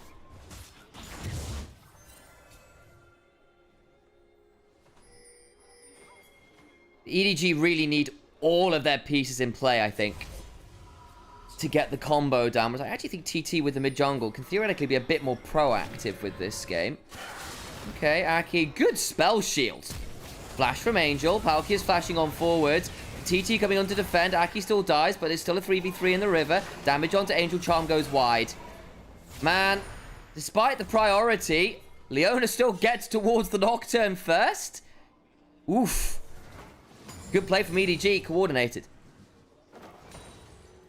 Any interesting players? I don't recognize any names. Never really watch LPL unless maybe playoff semis. That's super fair. So, let me go through, because there are some cool players on both sides. For Thunder Talk in particular, the AD carry, 1xN, Ishin, depending on your pronunciation. It's kind of a play on his name. Is a... Oh, we've got a bit of a fight happening here. I'm got to be really careful. Ow, ow, ow, ow, ow. Yeah, that one sucked for EDG. Okay, so 1xN, the Varus player right now, is a fantastic, fantastic AD carry player who came up from the youth system, the LDL system. Was utterly fantastic down there. And been playing for about a year and a half now. And he's really, really good. For my money, he and Leave are likely to be the two next great AD carries out there. Even on Thunder Talk, who've been struggling, he's been a superstar carry at points. Not always been perfect. A lot of growing to do. Some map transition mistakes, I think it's fair to say. But actually, in terms of the mechanics, in terms of just the skill set, really, really, really good carry. So keep your eyes on them. For the side of EDG, Angel is a name you might recognize, has been to Worlds before, has had a rough time of it the last few years, a lot of personal tragedies, the squad's kind of fallen apart around him. He's still really, really good. Keep your eyes on him. Xiaohao was an up-and-coming jungler a couple years back and then kind of fell off the radar, but with this roster is very, very good. The other person to keep your eyes on here, really, for me, ZDZ, solid player, but whatever. Palkia has basically been playing this split and has already been actually fantastic. We've been struggling to find cool support players in the LDL and the LPL in general. Palkia has come on in and just been really good. It is in the lower group. It is in the Nirvana group. It's against less good opposition. We need to see what he does theoretically in playoffs, because EDG are looking like a lock for that right now. We'll see how they do. But yeah, a lot of this EDG squad, Xiaohao, Angel, Palkia, all really, really good. Keep your eyes on them. Xiao in particular having a really good split. Palkia, for having basically debuted the split, really, really good. 1xL on the other side, very, very solid. Though Feather, I think, as well, has done a good job as a support. In comes the Galio ult, though. But TT just sort of back away. So Galio ult kind of wasted there. Not even any summoners or ult split. And that'll be Dragon for Thunder Talk.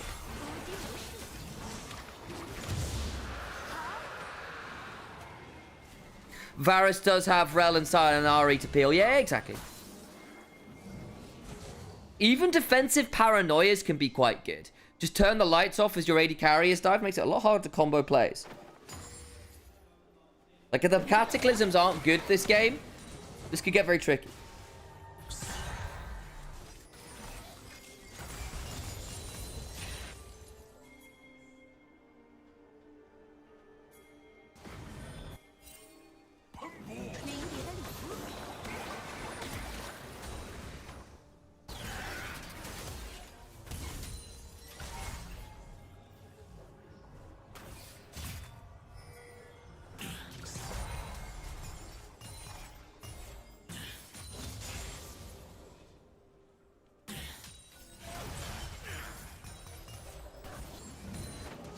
So, Thunder Talk.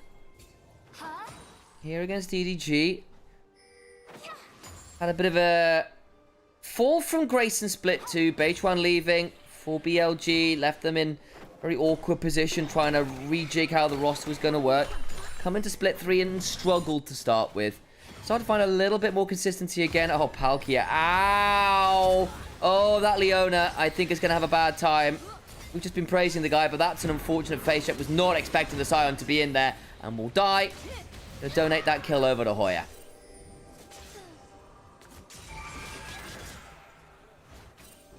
Jhin doesn't fit their melee heavy comp. So Jhin does. So this is the thing. We've seen a lot of Jhins do this because Jhin can sit 30 miles away with a deadly flourish and a curtain call and still be involved in plays, basically by sitting back in base as an artillery piece. And actually, Ahri, Scion, Rel, realistically, unless they are flash hardcore ulting, are not going to have very easy access there. The Nocturne will, and a good flank will, but it's not that simple, necessarily. If Jhin is playing for ult, for W. A little bit different, you're playing for autos and all the rest of it. And you have got a Galio to come and defend you with an Arbor. And we have seen a lot of Jhin drafted for this. It's also the regular answer into Varus in lane. If you have to give up Varus for whatever reason, most teams just pick Jhin into it.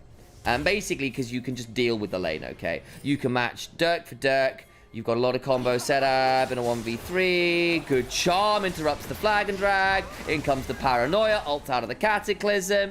Aki's going to go on in. And actually, Feather's coming as well. Xiaohao's not having fun. Really good combo. Aki will trade. Magnet Storm after. Setup didn't get a reset. The other's got no mana. Flash out of the Solar Flare. Varus now coming on in. Galio ult away as the TP's coming on in. EDG. What is this? Public execution. Damage onto the Ahri. They get away with it regardless. What is that? 2 for 1. Good work from EDG, though. That was bloody awkward. I saw that TP coming. I thought, oh no, they've left it. But Ahri didn't get the ult reset. Didn't get any mana back. Had nothing left to work with. So despite what looked like a really good collapse from TT, Ahri couldn't play.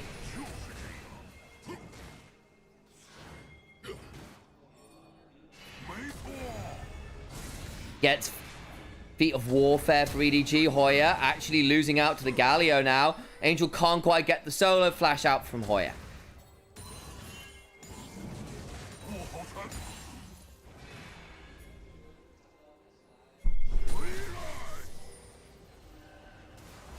That felt like TT should have been able to win that one. I'm not going to lie, but genuinely, I think Ahri not having mana there makes that the mess it was.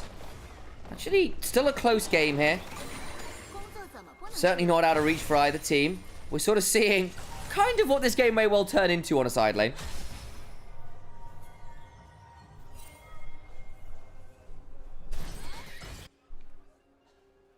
And don't get me wrong, Nocturne is still good into Jhin. Don't get me, it's definitely doable. That's what TT's angle is. You've got Jarvan on the other side. I'm just saying it's not as clear-cut as Jhin is bad in this round. Certainly not in isolation.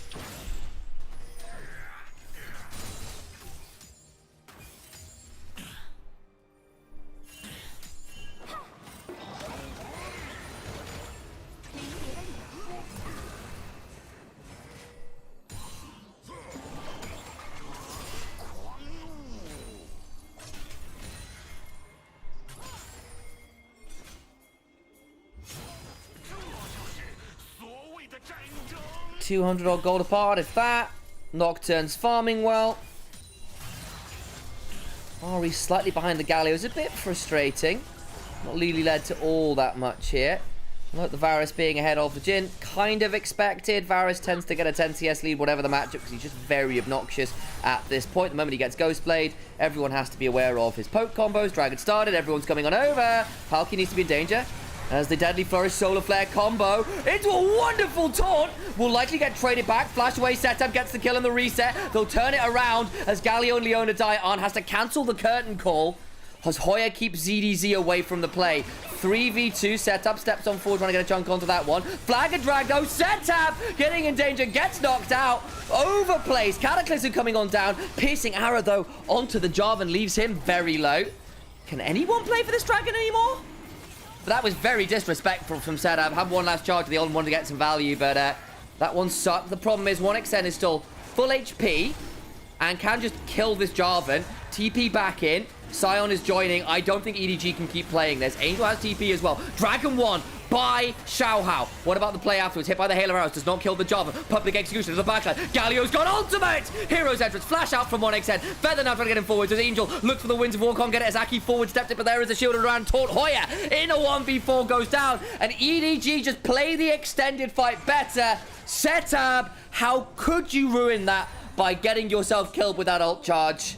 It should never have been close after the 2-for-1. And instead, EDG get to hold until TPs and ult to back up. And they win the fight. They get the dragon and extend the gold lead to 1,000. I'm hoping we get a replay because there's some things to track. It was really good to start with from TT. And then that last ult from setup. Just don't go looking for the chunk. So it starts with an attempt to pick onto Feather. The problem basically is you've blown your whole combo onto the Rel, and then will die, and then 1xn just gets to free fire onto the Galio, who's not that tanky with this build. And you go, cool, 2-for-1. Mid lane is gone. Setup stepping forwards there. Gets themselves killed. Didn't have vision control in the tri-brush. Cataclysm comes on down, and Hoya is going to reset and try and TP back in. 1xn has got health and poke, and basically EDG try to buy time here because Galio is trying to get in range for the ultimate. It becomes a smite fight, which Aki wins, and the TP comes on in. The problem basically is the Powder Gear has respawned, public execution comes on forwards, and the Galio gets to rejoin, and then suddenly it is a 5v3 effectively because Aki has to leave, doesn't really have a lot in his back pocket, and it all goes wrong.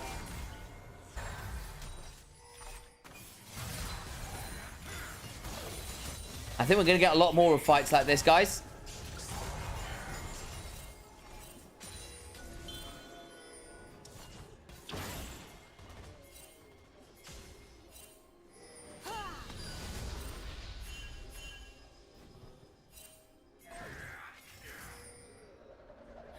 Tight final game between two teams. It wasn't necessarily expected that. Again, we were expecting the EDG stomp.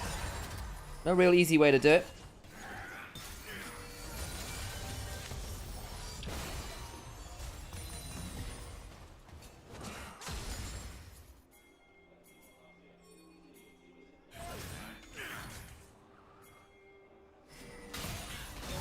Okay, jumping around. Palkia is a deadly owner.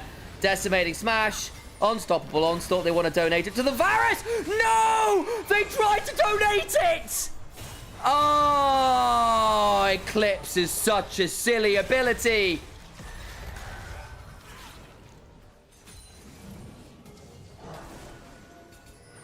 I'm actually so annoyed for TT. They tried to do the right thing and give it over to Varus. Really want that Varus accelerated. Palkia gets to reset. Ari's got teleport. TT have already gotten 2 objectives. They can afford to give this one up and play for first turret, I think. Who's TPing? It is the Galio.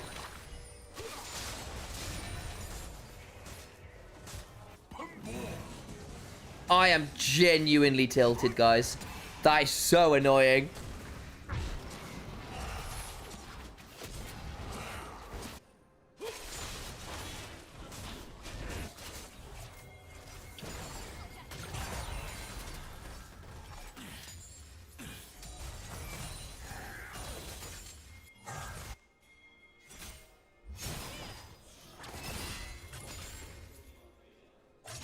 Well, silliness just ensued.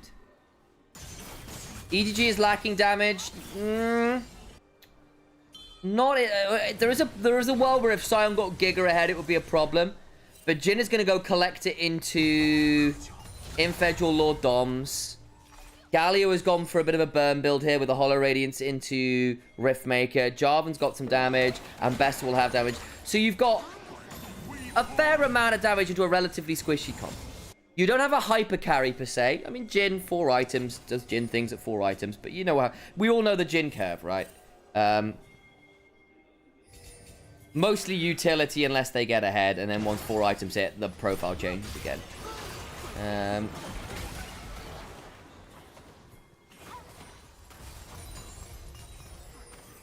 But this Galio does a surprising amount of damage. Jarvan will have a lot of burst. Ambessa does a lot of damage.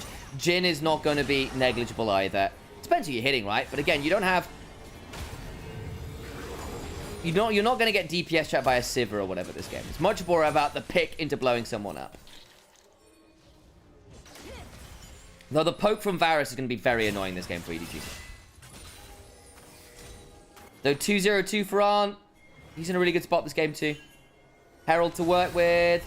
This is going to be feats of strength, I think, for EDG, unless TT can find their way in. They've got Paranoia to work with. Everyone's roaming on down. Vision control in the river, though, is very EDG's favored. Down to 6k HP is the Dragon. ZDZ on the flank angle, 1xn. Kind of caught between a rock and a hard place. Xiaohao back of the pit. Unknown right now. Setup also looking for an angle. Goes on in. Gets a massive jump on his Xiaohao. Forces the Flash to get out of the orb of deception. Paranoia to the backline. Jhin now in danger. Try to speed themselves up. Flashes over the wall. Damage goes on forward. They've killed off the Ambessa. Aki surviving. Flash from Setup onto the Jhin. Piercing arrow. And Setup with the recall on the orb ensures Jhin is dead. Angel unfortunately falls. Wings go black. Dragon Thunder Talk. And this time they secure the play.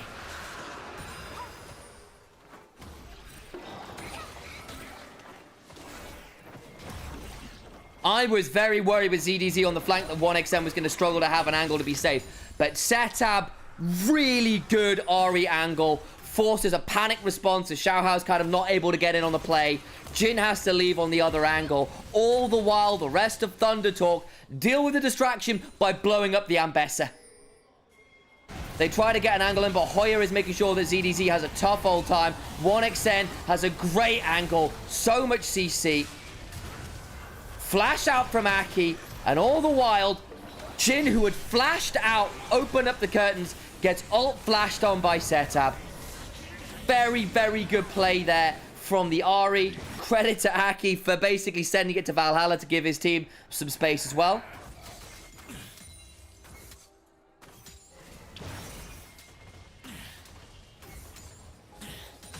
Was Herald using that fight somewhere as well? Oh boy. Well, now TT in a very good spot. Gold lead is theirs. Solid percentage chance statistically to win from that moment. Get themselves another dragon. It's feats of strength as well because they got first turret. Very nice. Jhin ulted way too close to the fight. Yes, I think the problem is, Castle, that the moment you flashed out, if you run away to ult, the fight is lost. You have to ult there and pray, I think, to try and turn it around. I think EDG just didn't respect the Ahri flank, honestly. Tried to do too many things at once.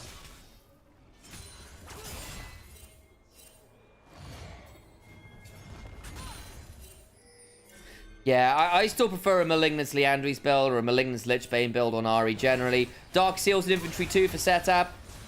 So if you start stacking that one up, if you do well here and Medjai's this game, gives you a lot more damage. 1xm flashes out. Now they're going to try and turn this around. Trying to jump into the backside is Palkia, but that is a very scared Jarvan. Hoya comes on in with the ult. Tries to find the angle. Everyone is ulting here. Setup is TP'd in, looking to get on top of Xiaohao. But it's not going to necessarily keep people alive as ZDZ has to public execution out to safety.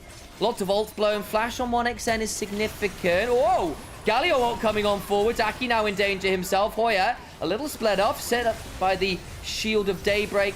Flashes over, will likely just die, and EDG get away with a kill there. Ults galore, and this time EDG get one. And critically, Varus down. The Summoner spell is now very aware to being dived. And actually with that top laner kill, hang on, are they going to sneak away the Atakan? Can they do it? They don't quite have the DPF. No, they're staying on it. They can do this.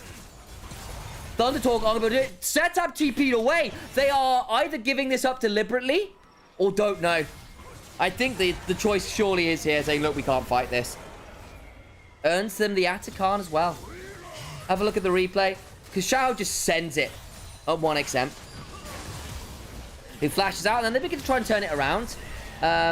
Chains of Corruption still land, but they can't quite get the follow-up. Because Shao out gets the flag drag out to safety, and then sets up thinks he's got a decent angle. But can't really get all the damage he was hoping for. Shao gets to walk away. And then ZDZ just goes right. Flash, lacerate, repudiation. Galio comes in. Hoya at this point split off from the rest of the team, dies. And all the ults are burned out.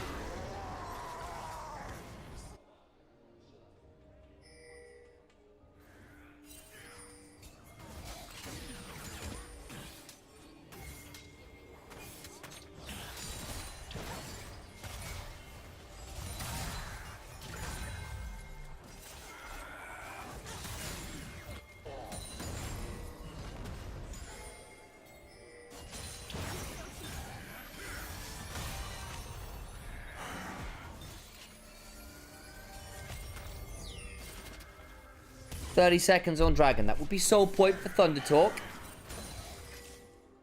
Ocean Soul this game might actually be a bit of a win con. As we kind of said, EDG quite burst heavy. Both teams quite burst heavy. Jin's gone towards the Infinity Edge for damage this game.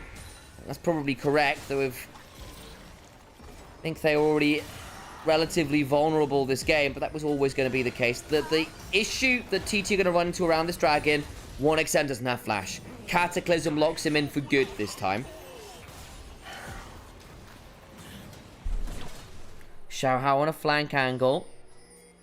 We'll be looking for 1xm. They tried the flank last time and got done in by the Ahri. 1xm cannot face check this. They don't know the Jarvan's there. The Observer toggle. The night is dark and full of Jarvan the 4th. Valkyrie at half HP, turning on to the Leona! Oh, they got the pick off. Now turning it around on the 1xm, who gets locked into the Cataclysm and is dead. But what about the fight afterwards? Arn going to flash on now. Aki is paranoid in the backside, flashes away. Charm onto ZDC, trying to heal his way back up. So much Omniva at the level 15, and he won't die. Ahri doesn't have enough damage! Curtain call. And Thunder Talker looking at it, going, how the hell did that one happen? We got the pick! Yeah, but you didn't have a way to get out of the Cataclysm. And Ambessa's damage enough for 2 items. Arns down his flash for next time. But what does 1xm do in that scenario? Die. And another wonderful game from ZDZ. He's having a great Ambessa game. It starts with Palkia being half HP and TT think they've got the pick. And then 1xm gets jumped. Public Execution doesn't land onto him, but it doesn't matter. It gets ZDZ into the Cataclysm so we can blow up that carry. And they try to get the damage down here. It's nearly perfect. But ZDZ just gets to dash away, has so much energy recharge because he keeps hitting his autos. And this time Arn doesn't have his curtain call interrupted. And gets the kill he needs.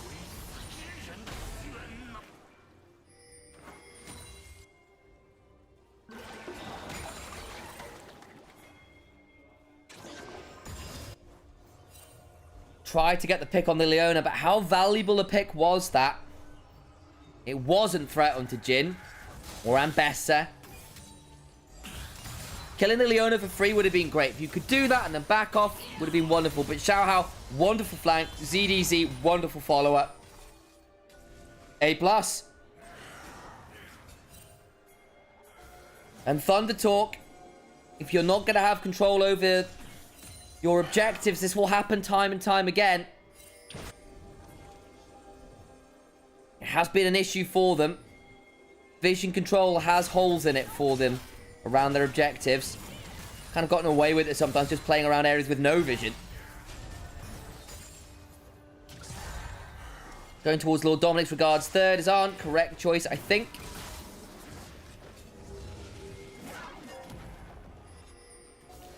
Going for quite a heavy damage build onto this Nocturne. But diving in and then getting blown up on the way by all of the CC chains will suck. Probably need a Sterax third, I would imagine.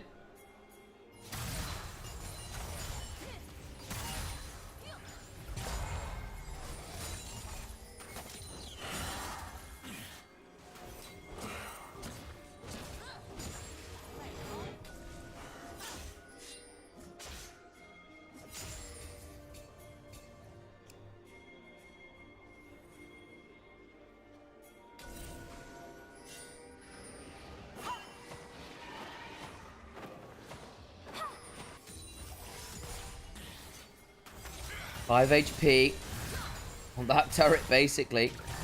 Finally getting a brief moment of peace. I could drink my coffee, guys. It's been very lovely. What does setup even stand for? I don't actually know. I think it's a Korean word, but I wouldn't know. Anyone out there know? Any knowers out there?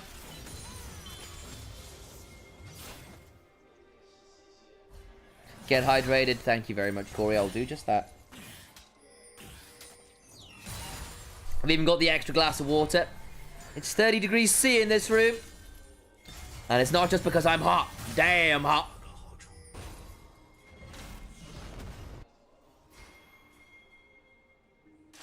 OneXN has upgraded Swifties, which is really good for him. Yes, actually. Very cool. Very good call.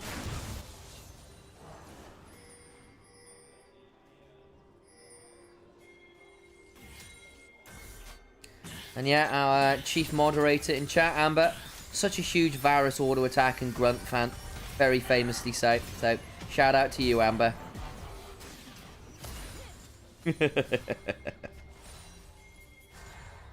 Mid lane turret finally falls. Get a lot of question mark pings from our mods. Valkyrie also going, oh god!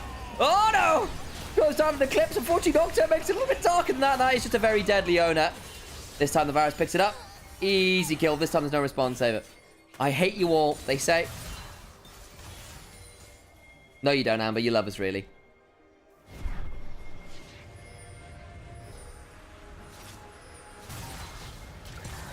Doesn't really lead to anything objective-wise. No Atakan. No one really wants to threaten the Baron. There's a lot of TPs in from ZDZ and Angel. I think they were afraid of a Baron. Oh, now that's interesting. Double TP burned before Dragon. That means they are out in the river before that, but no ability to reset. Thundertalk going to be late to this Dragon now, having picked up that kill. Palkia will be dead on the reset himself, but actually, because of the double TP, EDG get to cheat some of the pressure in mid, get into the river, get set up. Xiao Hao has been a problem in the last couple fights.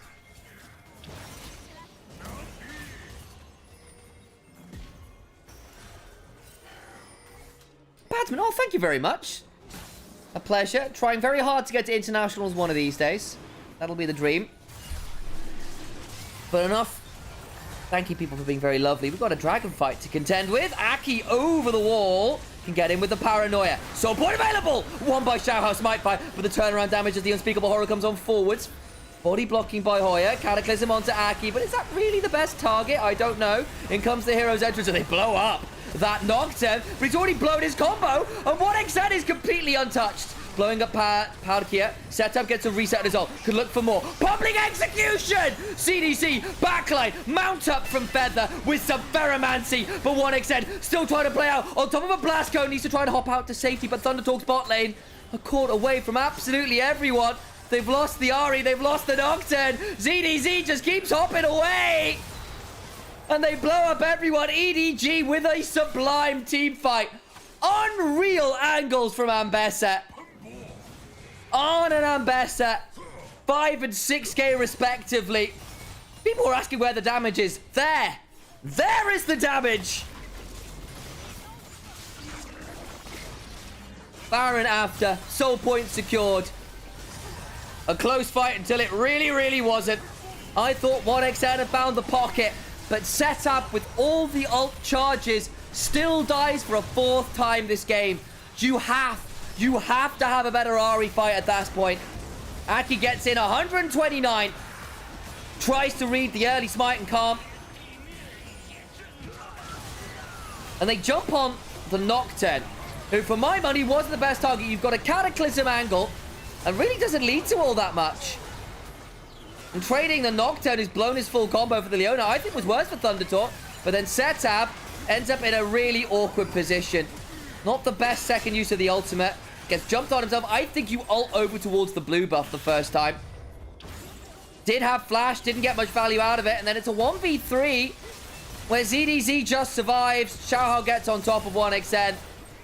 And despite the clever Blast Cone place, despite the good flash reposition, you had to get more out of the Ahri. You don't. And the sheer mobility of this Ambessa, who is at 3 items now. Death's dance complete. Yeah, she's dancing. Turns out there's a new dance to the waltz, and you step in there. It's the Drake count step. And it largely involves kicking someone's ankles out.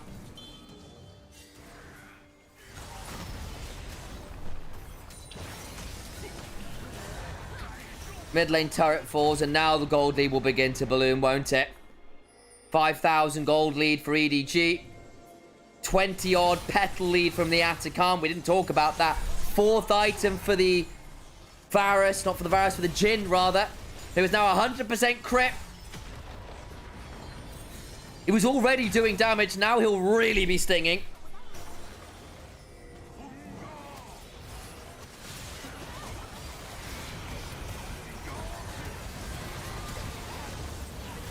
The paranoia, traded for the cataclysm, the hero's entrance, and 3 people are dead. It's over. EDG find the seam in this game. And everything comes tumbling apart. It unravels for Thunder Talk. And on this shove, the game will end. Hoya ulted to the backline. And ZDZ's having none of it, a public execution. And EDG swarm the Scion. Say the zombie movie. Stay dead. Inhibitor down. Wave secured. Baron secured.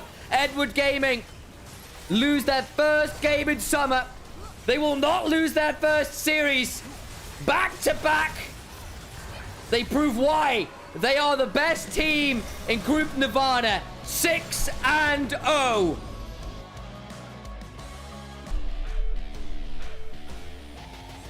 All right. Just in time, it seems. Absolutely. Let's listen to the Jayos. Wonderful skyboxes ever.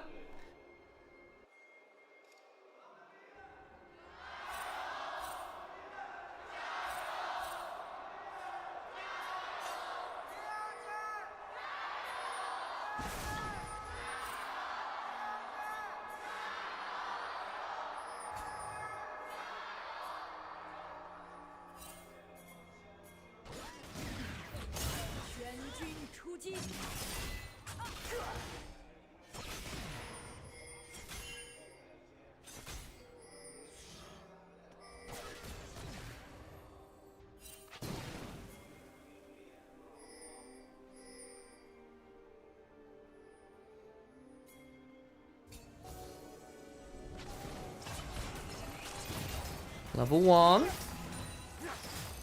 Sadly, plumage by the looks of it from Elk. Can W start to get some real aggression early on in lane? And the Corky Nautilus will play pretty heavily into some of that stuff. On needs to be aware of the staggering blows angle, because of course the thing with the Rakan is, especially at level 1, when you tend to start with the Q, you can end up in the position where your ability to get back out of safety kind of sucks. You can sort of potentially do Battle Dance second, but then you lose a lot of threat. Oh, Elk did start Q. There you go. Bit more poke. And sort of auto QQ, or Q for the double feather. Heal burned. As level 2 came on through. It does mean they get to avoid the hook.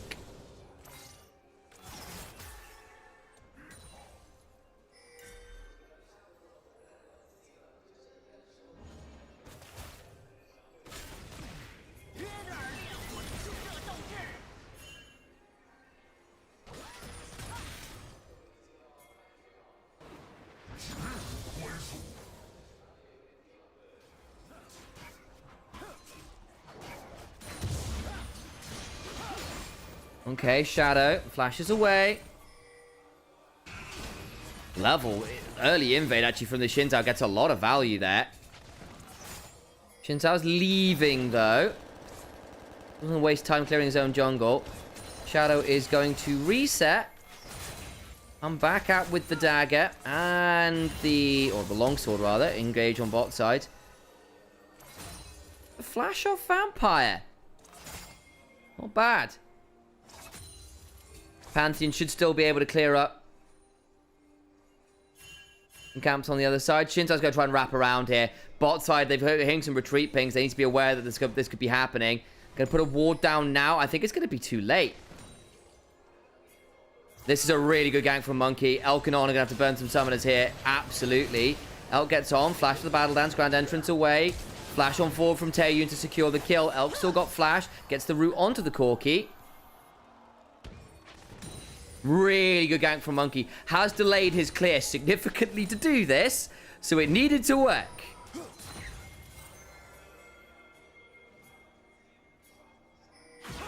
Just woke up and BLG versus W on my feed just gave me Groundhog Day confusion. Not about... You know what, Sylph? Very understandable. Bin, trading with Cube. Actually, to be honest, not bad from the Ambessa. Normally, I know Rumble's been nerfed a bit, right? His early lane is not as potent as it once was. But even so, really good. And now, actually, they can look to dive this because the reset times have been so awkward. Here we go. Repudiation. Damage comes on forward with the Cunning Strike. Flash on forward. Autos come on through. Shadow's going to die. Unfortunate.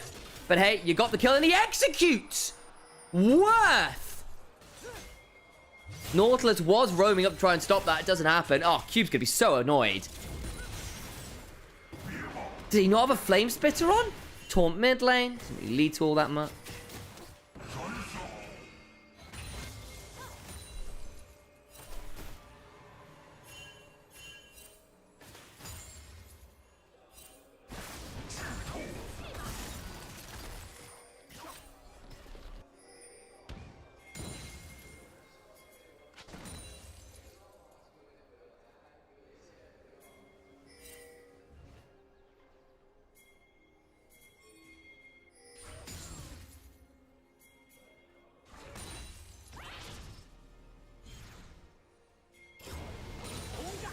So, On's made the roam. Monkey has as well. They know Monkey's takes his walk past a ward, by the way. They got a control ward down in that bush towards Krugs. Actually really good to spot out lane ganks. Very, very good at pro level in particular. Help spot out lane swaps. Help spot out jungle and support lane ganks.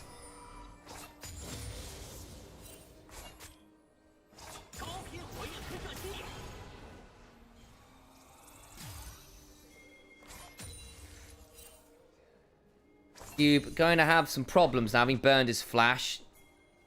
Early Warhammer for Ambessa versus just the Ruby Crystal Boots. BLG lane swapped out, but because of where the wave is, Cube is getting none of this. Oh, can they deny the cannon here? Not quite. But On and Elk just saying the Rumble is getting no access to this wave at all. And they can slow crash this. Shadow now mid lane. Karis got no mana. Oh, boy. Ooh, just out of range. Rock Surfing comes on forwards and Karis will stay safe. But now the pings are coming on through and Cube is like, oh, God. Has got Equalizer now, so should theoretically be able to just equalize the wave and be okay with it. Shadow is doing the Shadow thing of saying, look, the early objective I don't care too much for. I'd rather get an individual advantage and then play through second, third objective.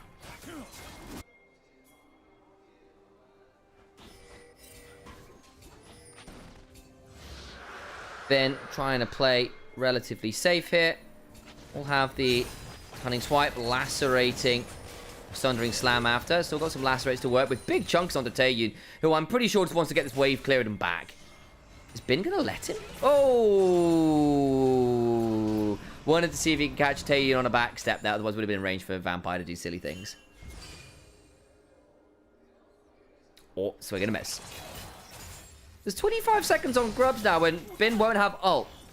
I don't know about that, actually. For what was very much a YOLO ult. Does hurt BLG's ability to play, theoretically, these Grubs.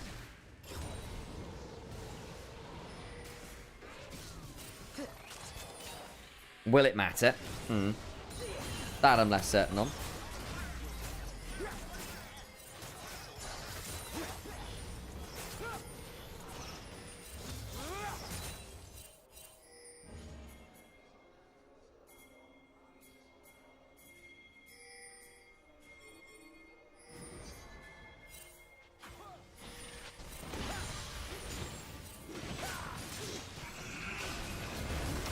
Okay, Weaver's Wall, flash out from Shadow, Shield of Durant, torn onto Karis, Shield Bolt after.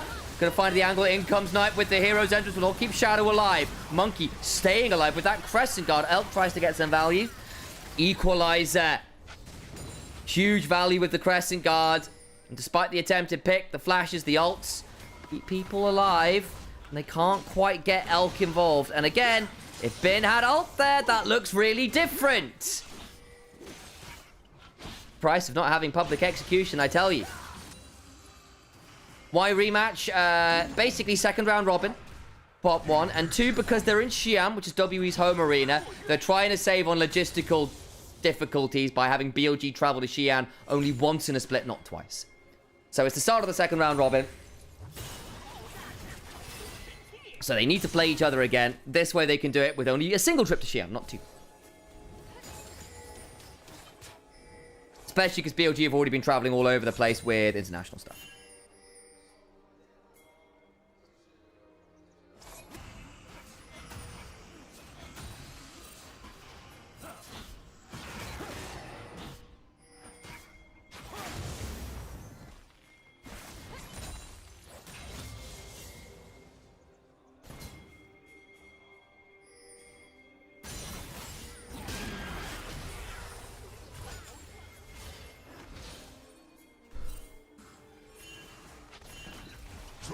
Early lead here. The side of WE, actually. Early objectives, early kills. They get both set. They get the sets of grubs. They get the early dragon.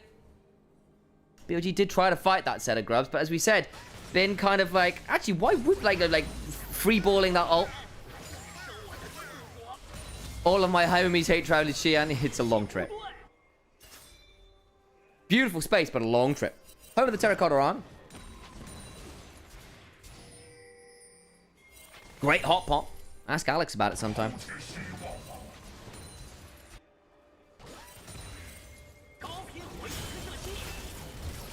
Cube, eating a bit of damage there. Is still down quite a lot individually in terms of the farm. Really did get denied a lot in that top side and been trying to get towards that Eclipse early. This Ambessa could be a bit of an X factor if Bin does get ahead. Just what ZDZ could do, and it just last series. Hell, last game.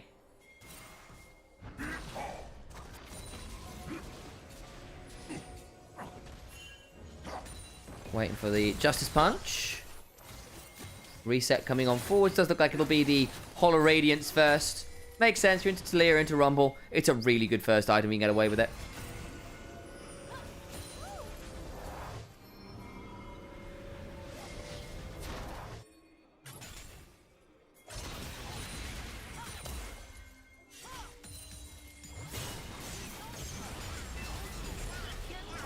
Been chunked out a bit there, but not to any meaningful degree.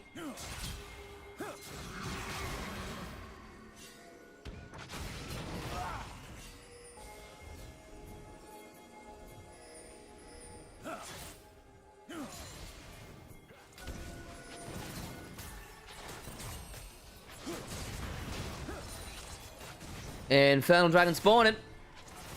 WE and River first. Control wards cleared by both sides. Taking needs to be a bit careful stepping forwards there. Get a little bit of poke down onto On and Shadow. Dragon being looked at. Knight with the hero's entrance available. In fact, all ults are basically available here as Shadow will have his Grand Star fall off cooldown now. As we're speaking about it, Karis, I think Weaver's Ward is on cooldown. Worth noting. Dragon started. BLG really want to play this. That choke point sucks for WE. If Elk can start getting some feathers down there, it's going to be rough. Tane has to go back and clear that wave. Can they just come back? Frost Bomb, Rocket. Vampire hooks to the wall. BLG pulling away. Where is Cube? Not here yet. Doesn't have the teleport. So join a bit later. Good Aegis Assault. Into the backline. Hero's entrance. Public execution. Karis is a dead Rock Weaver. Monkey tries to get on forward. The audacious charge is not enough. Wonderful combo. On flash engage into the public execution, into the hero's entrance. And WE is in the blink of an eye, lose 3. That's the feats of warfare to BLG. They'll pick up the dragon as well. Damn. And Cube walks all the way down the river to have to turn around. Oh, both carries. Quickness grand entrance. And Shadow with the Triumph healing. With the Q. Oh. Superb. Had Sundered Sky. Needed it.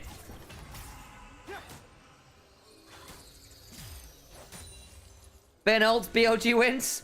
See? Thank you for saying I was... Yeah, look, it does make life a lot easier, right? Because actually, your wombo combo lacks some wombo.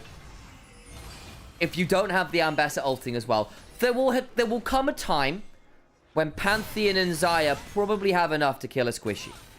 They don't quite yet. They will.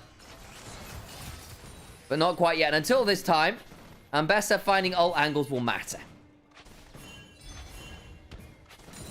That gives BLG the gold lead. And for my money, I think they scale better.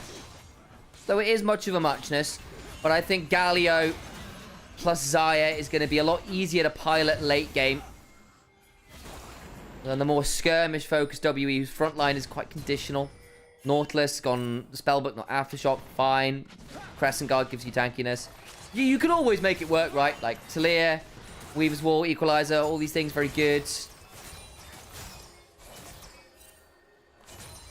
They didn't want to give the Dragon up for free, but basically the moment that both carries got flash charmed by Rakan, it was over. But yeah, Cube not being there with no teleport basically pulled a BLG around the grubs. When's Herald spawning it up? Yeah, that's, yeah, well, Shield Vault into Dead Monkey. Crescent Guards to no avail. Comet Spear mid-flight to secure the kill. And that will be Herald. BLG, make that one look easy, because frankly, it was.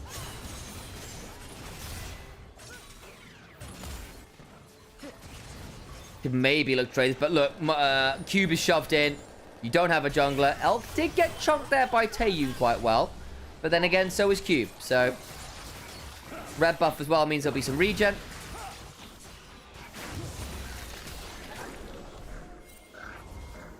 They're going to look and dive Cube. Xin Zhao is coming up the river, but won't have Crescent Guard. I don't know about this. Here comes the Nautilus and the Corki, afraid of potential collapse. Hook onto on. Blast Cone being denied. Does not get over the wall. Needs to get out with the grand entrance. And they can't quite bring down the Rakan. Vin's going to interrupt his back briefly there. I wonder whether he thought there might be some more happening. Doesn't look like it. It'll be a Merctoid's ankle. Elk with the deadly plumage will walk at Taeyun, but a big one rocket plus an auto empowered by the Sheen does a fair amount of work. Knight. Grand Starfall. Hang on. Karis is in danger here. Taunted. Weavers will interrupt the potential shield bash angle. Might actually get the kill onto Shadow and does. That Weaver's Wall to interrupt Shadow is in the end pretty damn clutch. That was surprisingly cool. I guess the Shield of Duran didn't get him into combat enough to deny that. Huh. Because Shadow realistically gets out there otherwise. Huh. Takes an extra, like, 2 turret shots for that. 1 for 1, and it's still going to be Karis losing the ult and the wall. And the turret. It's not the end of the world there. But I'll give Karis credit where it's due. Getting something there when he looked a bit doomed. Ambessa's not going to care on the T. Oh, it's actually Knight. He has even less. Hollow Radiant and Merc Treads really doesn't care about Cube right now in the slightest.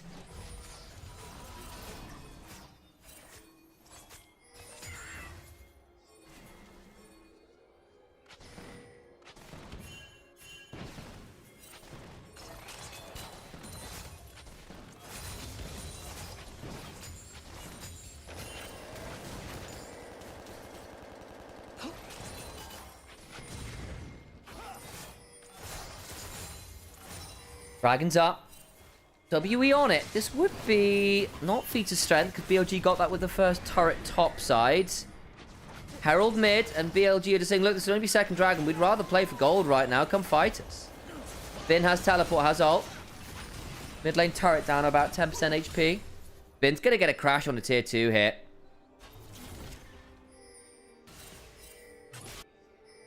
Yeah, this one's tricky. Knight can also... Oh, on! Pulled out of the thing for the seismic shove. He's dead. Oh, no, but does it. Good pick off. Great ward there. It's still going to be the tier 2 falling, though. Oh, I'm going to try and get some wards down. Nice pick off. But tier 2 for a kill. And a dragon. Probably still okay for BLG. They'd like not to have lost on that. Weaver's wall. Elf. Should be able to clear the wall from... Or the wave from over the wall. Does so. Turret low, though. Shadow. Threatening here. But worth noting, Glacial Augment on. Looking to set up for his carries to get a lot of value here, but makes him significantly less tanky. Because he doesn't have the summoner spells, and doesn't have the personal toughness of like a Guardian or an Aftershock. Hadn't tracked that, because Glacial basically means that everyone else doing damage to Elk this game is going to be really hard. Because anyone who's slowed by the Glacial will not do as much damage to the carries.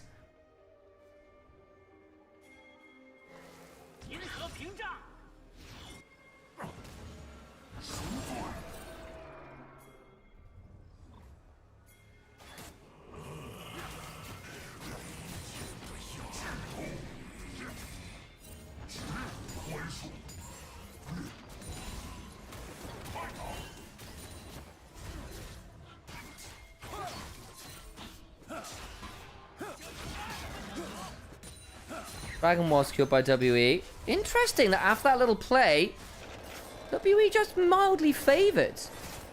I'm slightly surprised. Clearly they favor some of the scaling here. Was not expecting that at all. I wonder whether it's a... Because I mean, BLG are up 3-4k here. But the objectives maybe being taken more into account. Might be just champion win rates. Rumble does have a lot of winning. Taleo does have a lot of winning.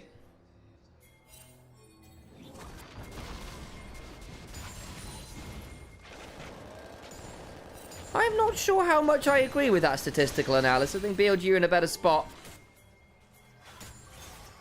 than that statistical graph is suggesting.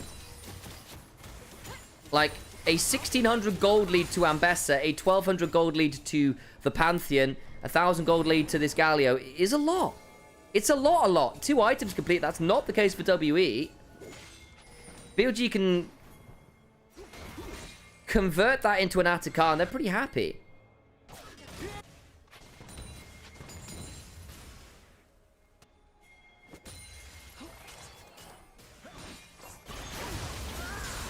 Engage. Monkey. Gonna eat. Feather pulls. Elk goes up. Karis eats a fair amount of damage from that feather. Storm Shadow's also around. Still the ult down on Elk in trade for ult on Monkey and Karis. Probably worth. Ben's gonna get the mid turret for this as well. There's no way Rumble stops that. Oh, hang on. Collapse coming. Maybe they do have enough. I thought Ben might try and trade that with Shadow behind him, but no. Fight against it.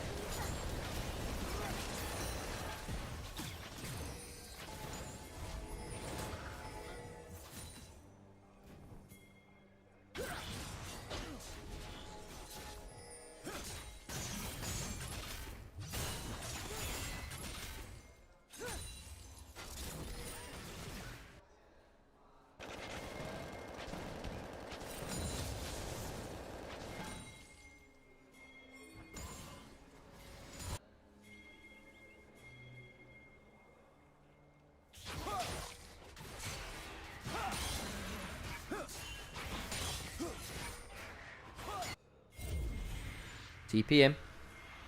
Atakan. Potentially an option. Minotaur Dragon as well.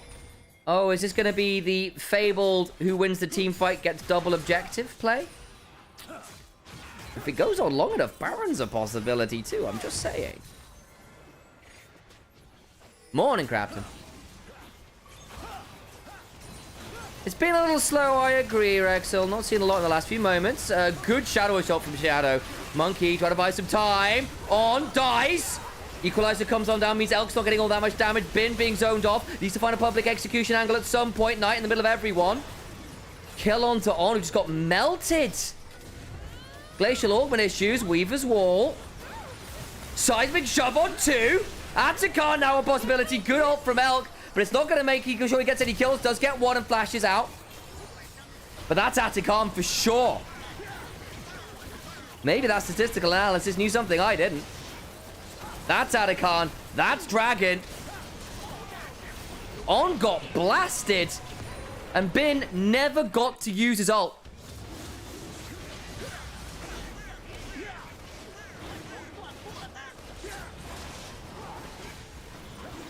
On hasn't got a smite, of course, because it's this one. They play for the tier 1. And then Vampire lands the hook on a Shadow, who immunes most of the damage. And they go, cool, we can play this. And then On tries to go in and immediately gets knocked up by the 3 Talon Strike and the Crescent Guard and blown up. Rakan gets no value. Bin is trading with Cube, doesn't manage to find his way. And that means Knight's completely alone. And BLG need to retreat. Elk tries to come on Jonah over to throw out some feathers and buy stuff. But the Weaver's Wall means this double seismic shove is sublime. And Elk, it's a good feather storm. Flash for flash. Actually, not a bad engage there. Oh, really good from Monkey. He's been popping off on this Xin Zhao. Elk gets melted by the flash on him from the Rumble. No clean feed. No, not like this. Guys, we're still here. The clean feed has decided it's going to stutter. Give it a second, guys. We're still here. Wait for the audio. Wait for the ricochet. Audio's back. And WE have managed to get 3 kills, and BLG are losing Baron. Another great fight from Monkey. Hopefully we'll get a replay there to see exactly what happened. They've got so many turrets to pick up as well. This is WE's first turret. Soul Point. Atakan.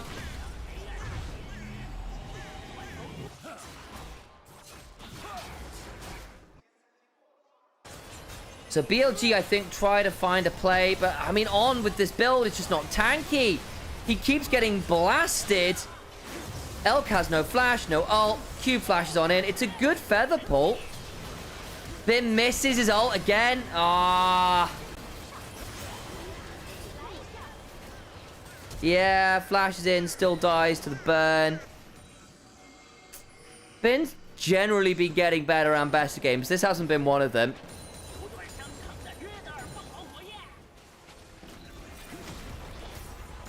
And now with Baron, Ocean Soul Point, Atakan in the last, 3 minutes.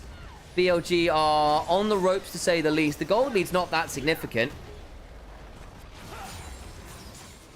The problem is all the objectives and petals and everything else. All the things that aren't shown in the gold lead.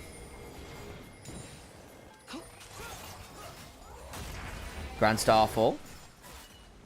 Taeyun might just be in danger here now. Hero's entrance. There's just no follow-up. BLG don't have any damage.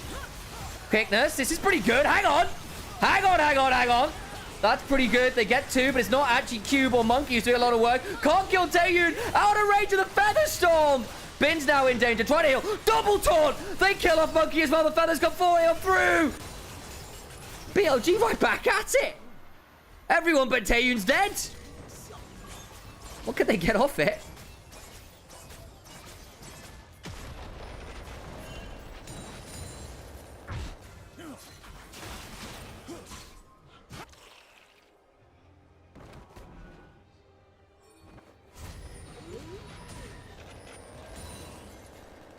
Does it change anything? There's no Baron to get. There's no Dragon to get. There's no Atakan to get. Gets you some shutdowns. It keeps you in the game.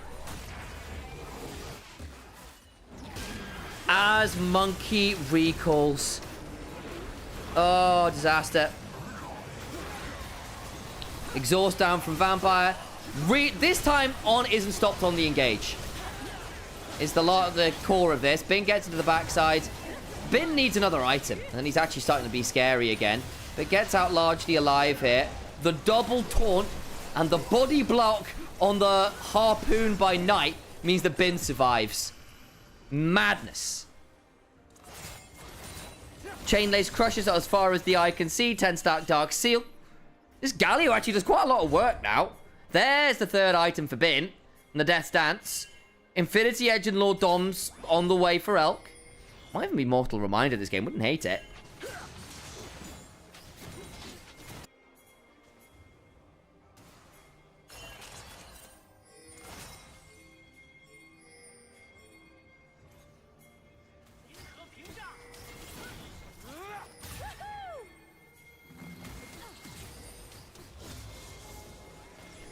Dragons up in 5. Here we go. Grand Starfall into the backline. Trying to get onto Taeyun and Karis. Just about to fight with the flash, but the quickness comes out of the cube. Taeyun, Valkyrie over the wall. Ulk getting knocked up. Still got the feather pull. Trying to find some value as Ulk getting in the backline. They've killed on cube. Ulk flashing away. Monkey trying to get value. Goes down. Karis still surviving. They do kill Taeyun. Shadow's going low. They get my chain lace crushes. Monkey going on in. Knocked up, knocked down. Shadow alive.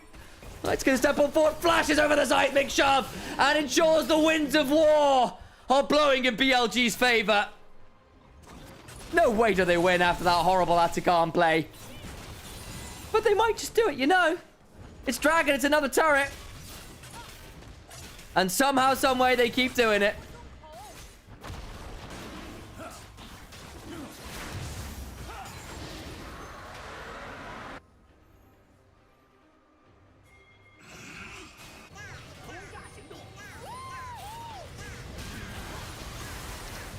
Okay, Elk throwing out, does quite, basically, we look in the backline here. Bin gets to the backside and they get to force Karis miles away. Cube's not getting value. On means that Taeyun's doing no damage to get the Valk out of the pit. Finally starts getting damage, and Elk basically gets to spend most of this fight dragging people in a merry chase.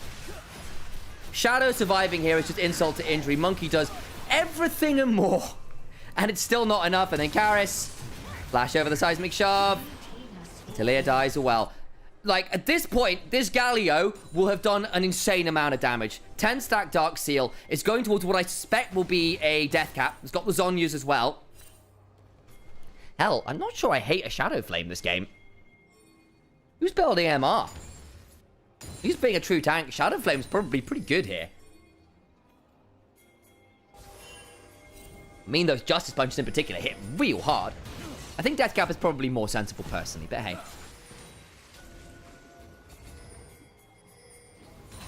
Knight, gonna Justice Punch away, Death Charge, Weaver's Wall, goes golden to immune a fair amount of stuff, but the Seismic Shuffle come on forwards.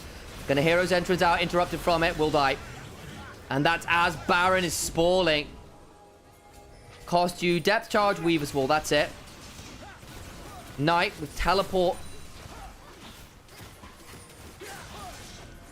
BLG gonna try and make sure this Baron isn't done for free, but they need to play this slow. Buy time for Knight.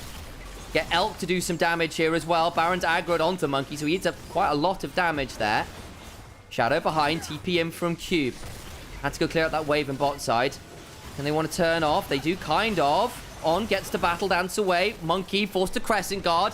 It's looking a bit ugly. Taeyun stepping onto On, but what a Honey Fruit in front of him. Down to half HP. Bin can look to get into the back of the pit. Shadow also with the Grand Starfall and a flash. Very hard to deny. On, knocked up, not quite out. Grand Starfall in, into the pit. Shadow's now very deep. Public Execution was missed again. Bin! Bin, no!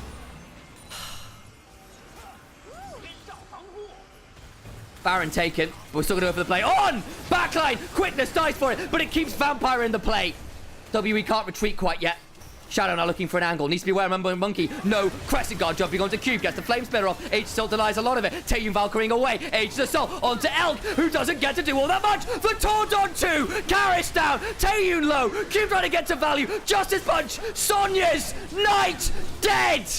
And WE get away with 3. Baron secured. Oh, Bin. How can you miss Public Execution onto 5?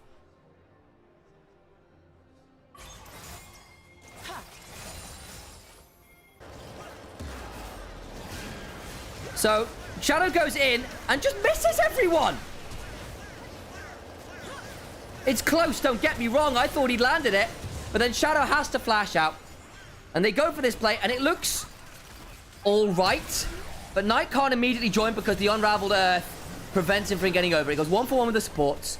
And then Shadow's going to go the other way. But Cube actually takes a while to die. Doesn't actually get to go. He's flashing away. And then still flashes up to work with. Taeyun flash cleanses. Knight nearly gets them both, actually. But can't quite. As Cube gets to go golden to deny Shadow's kill combo. That might have changed things. But Cube gets out alive. Taeyun gets out alive. But they burn a lot of summoners to make these plays happen. On down his flash could be problematic. Dragon in a minute. It will be sold for WE. On's going to have to reset again. And he's just not tanky on this Rakan. If he gets in and gets the Glacial Augment down, sets up his team for so much success. But it has been so hit and miss to whether it's been damn good or not. Redemption from Vampire at this point as well.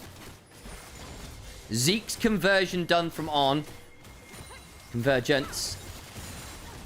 4 items for Xayah. Maybe that's enough. It is Shadow Flame from Galio. The burst is real. 3k lead for BLG again, despite being against 2 Barons, by the way. Ow. Knight, Justice Punch, Taunt, gets to back away. Shadow can maybe look at someone here. Remember Taeyun, no cleanse, no flash. Has to be really... We're public execution on the Taeyun! Hero's entrance! Oh, God, WE! Oh, no, no, no. That one lands. And the bot lane is dead. Weaver's wall away from Karis. Can he try and get the inhibitor turret here? That has to be the angle. He needs to leave. Dragon is now BLG's. They're at Soul Point as well.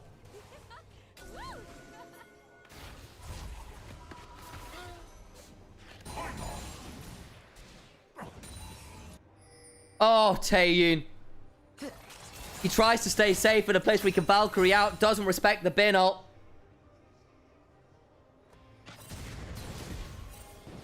Standing there, right? And he just gets ulted as Vampire's looking for the hook. He wants to Valk out. No chance, no cleanse, no flash, no nothing.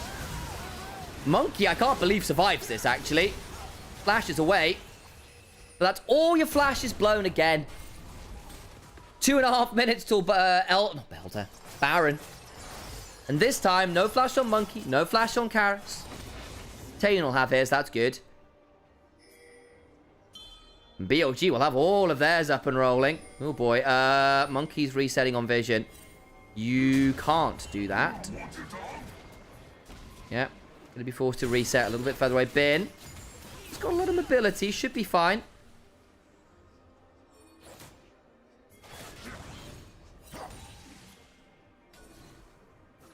This game has been a very odd one, hasn't it?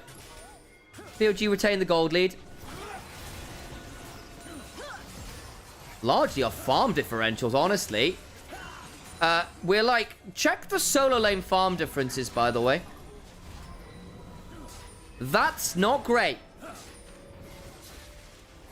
60 CS top. 70 mid. Hang on. Equalizer comes on down. Monkey's going to get the Crescent Guard. Seismic Shove comes on down. But the Age Assault buys time. Knight dies. Monkey survives. Elk at the flash forward to get it from the execution. Taeyun trying to jump away. Doesn't survive. A double for Elk is continuing to free fire to the fire. They go. Vampire. Doesn't get much more than the GA. Can they Seismic Shove immediately? They do. Try to turn it around. Bin surviving. 3 for 2. Bloody hell. Monkey survived for so long there. Knight didn't get to go golden, but it is not going to save the inhibitor turret. And the first one of the game falls at 37 minutes to BLG.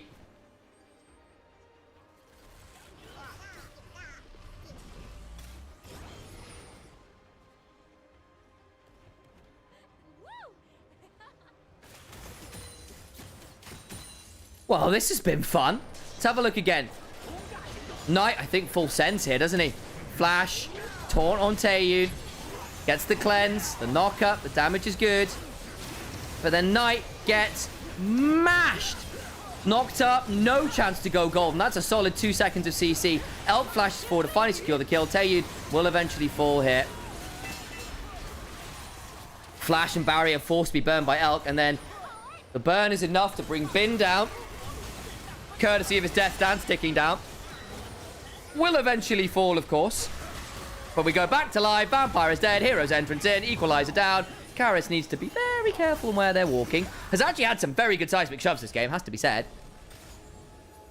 But it's pretty unacceptable at this point in the game to be down nearly a flame horizon.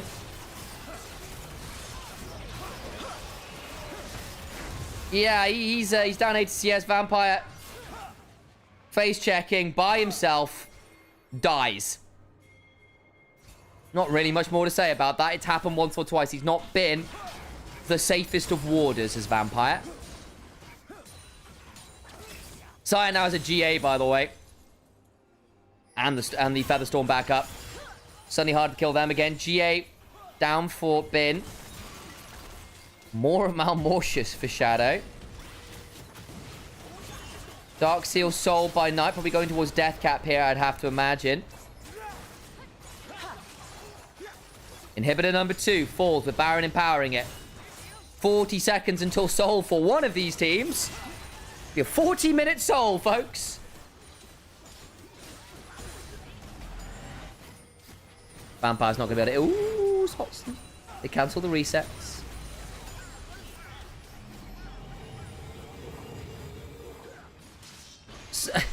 Game's gone so long, we're back to pre-rolls. Apologies for that, folks.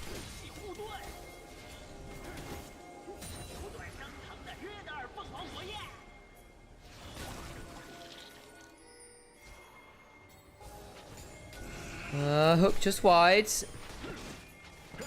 Then. Grand Star for where? Deep. Gets Shadow repositioned. Knight on a flank angle. Bin on a flank angle. Bin's tried to freeball a few too many ults for my tastes.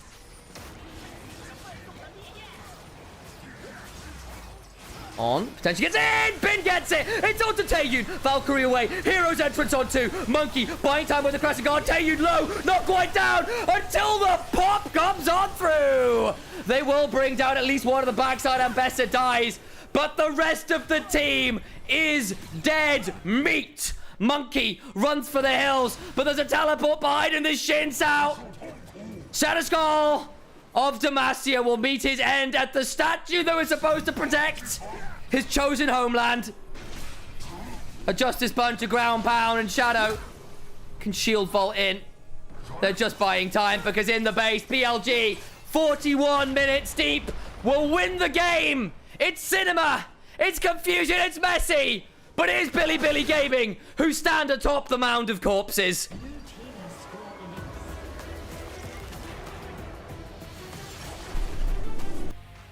Up the volume while I'm at it. Jayo's incoming. Game 2 incoming. See you in a few.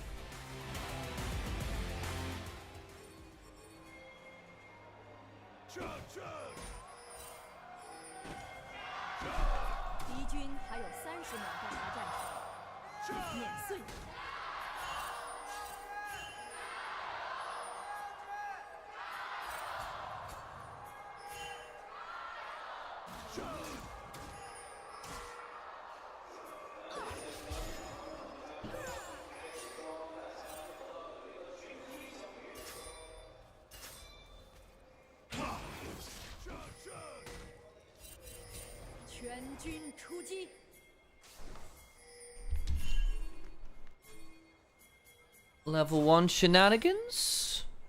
Maybe. Keep our eyes on where all these wards have gone. Yeah, ward on those raptors, trying to spot where Zed's clearing. Olaf looking to go bot side. BLG didn't really get any wards down. Spot where Olaf is going. Shadow smiting first, going to try and clear very aggressively. You smite first on Zed rather than last. Or rather, when you're clearing a camp, you smite stuff. Basically, because you want to get down to half HP to get your passive rolling as fast as you possibly can. Very valuable indeed. Headbutt Taeyun. He goes, ow. Backs away.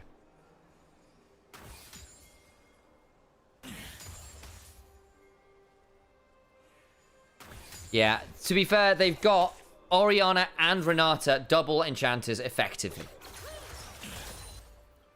So it's not a Lulu, to be fair, or a Nami or whatever. But this isn't bad, actually. And it gives you better lane prio. But bailout on Olaf is obnoxious as hell. Orianna shields and shockwaves also give a fair amount, and speed up with the dissonance. All these things are good.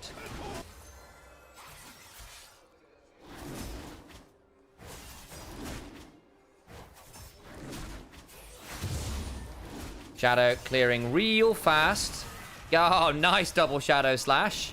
That's the correct clearing. Takes a fair amount of HP to do this, you'll note. But that's kind of fine. He is going to be clear sub 3 minutes. Unreal. Reset. Double longsword bite. Out onto the map to contest Scuttle Crab.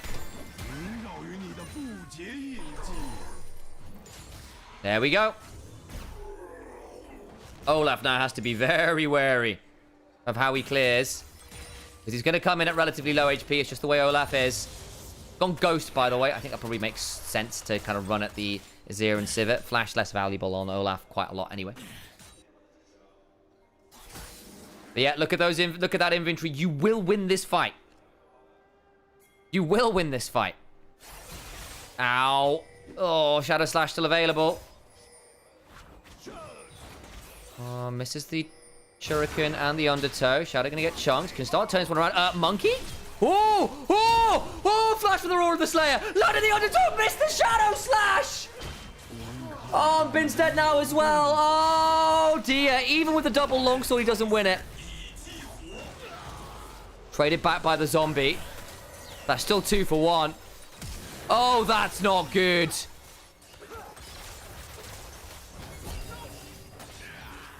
Elk gets chunked. Not down.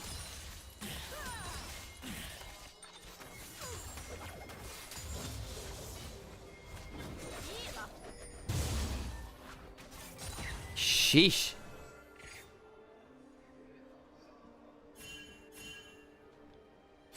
Let's have a look at that again, because honestly, Shadow is coming in with red buff, double Shuriken, thinks he can play this, but basically Olaf is going to press, goes, missed his early. So it's early Shuriken miss, early Undertow miss, but Monkey gets to walk at this, and Shadow doesn't have the cooldown because he burned his Shadow. The range flashes out. Bin flashing and missing that Roar of the Slayer is rough. Shadow missed his Shadow Slash. That's rough. That could have gone very differently if one of those two abilities had landed. It's tight, don't get me wrong, but it's still a bit of an embarrassing moment, to say the least.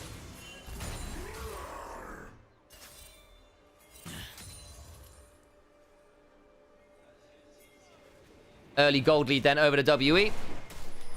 For obvious reasons after that. Largely to be found in Yorick's hands.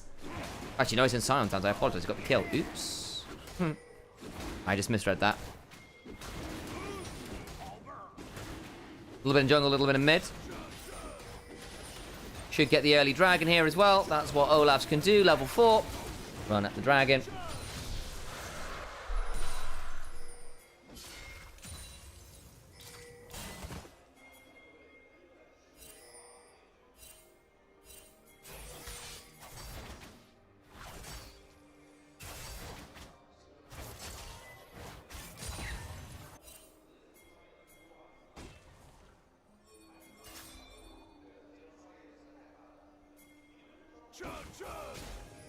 Monkey yells chug chug a bit.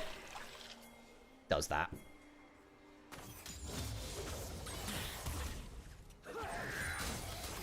On bounces away.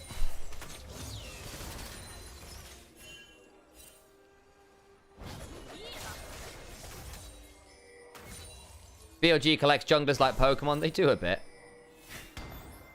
Then danger here. He's got his ult. Decimating smash. Dark Procession doesn't interrupt his ult, so I think as long as he gets beyond here, there's the ult. Doesn't have flash, gonna get run at. The sucking is happening by the evil Panda Bear.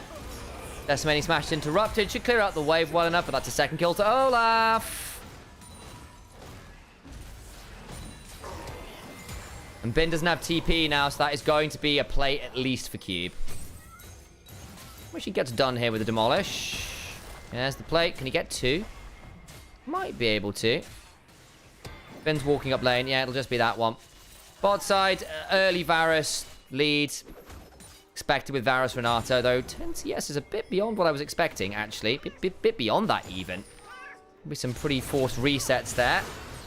Chunk onto Taeyun, who's going the on-hit variant, so has a lot of damage early on. The Vamp Scepter is good. Good stun, though. On going to go down. Surely, though, gets to run away. Taeyun with a bailout. Goes down, and it times out. Now Vampire's in danger. Heal, headbutt, Pulv. Olaf's coming on down. Should probably be able to get pick up 2. But now the 2 kills come on down. Zed's also here. Undertow wide. Going to continue autoing. Shadow Slash. The shurikens come on through.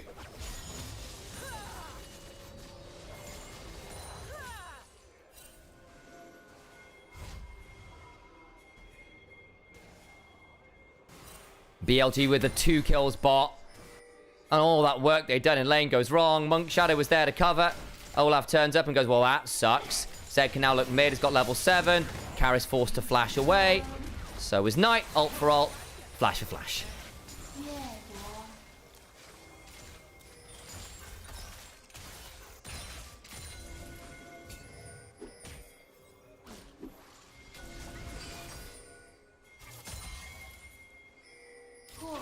On. Headbutt. Pulv. Oh, Vampire is probably dead. Oh, no, Shadow! Missed his shurikens, and now Shadow's going to have to flash. Monkey ghosted. Oh, man, that's flash off Vampire at the very least, but you need to hit those shurikens. It was a really good handshake from Vampire. And that probably gets some grubs, actually. Which is great for the Yorick.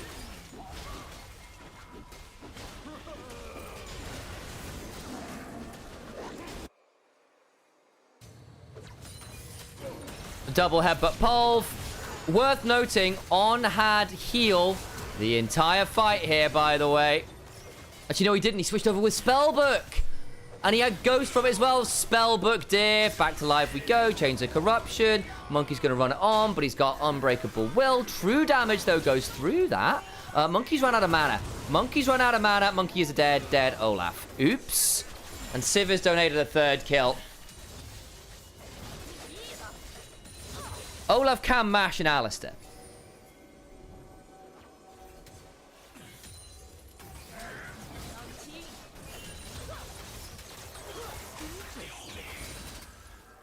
Unfortunately,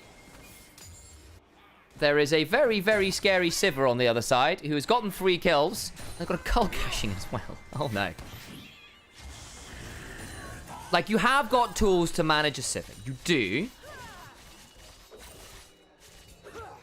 But it needs to be a little bit better than this. The Olaf has interestingly gone early Ravenous or early Tiamat to try and clear faster to match the Zed. It's not what it once was as an item. Hex Flash into Shockwave, but the shuffle back still means that Karis is not looking very happy here. Has got Phase Rush. No, he's not got Phase Rush. He's just got Nimbus Cloak in a Dream. On's going to get Trample. Headbutt Pulv. Soil just forward. Knight gets the kill. Nicely done.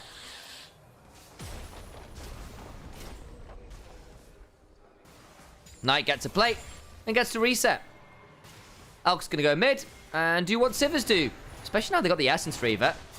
Start that one. They don't want to give up feats of strength. They're starting up this dragon. TP in from Knight. Vampire, Taeyun around. Where is the Olaf? 4 seconds on their ult. No Ghost. So not the strongest this fight could ever be for an Olaf. Who I think is just going to give this one up, saying, look, we're just not in position for this. The Oriana's dead and a long way away with no ult. Yeah, this there's theirs. It's fine. Shadow Smite at the start of that one. So theoretically could have been stolen by something like a piercing arrow, but not happening.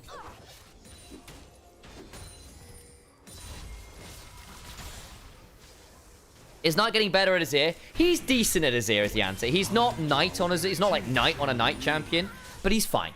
I don't look at it and go, oh god, that's awful every time now, which I used to. It's still not fantastic. He still fumbles every now and then, but he's a passable Azir.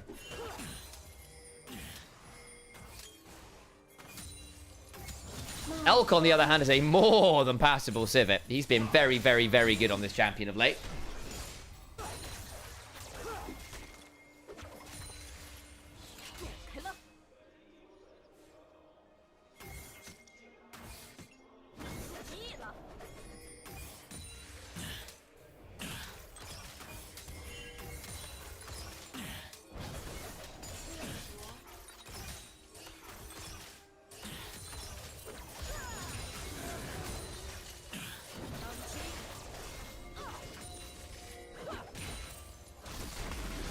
Ult. That's a very loud sound. I'm not just going to top side. I was like, wow. Boom. 20 CS lead now for Knight. Ugh, this is happening again, guys. There's a 20 CS lead to a side into a Yorick. How is it that WE's solo laners just keep dropping farm? I have a bit more sympathy for Karras, who got chunked out and taken out in that bot side play. But that ain't good enough. Slight lead to the Varus from earlier, but again, that all got undone by that double kill. Don't think I've ever seen Shadow play Zed. No, neither have I. It's been up and down. Lost a very close early fight over the Scuttle Crab.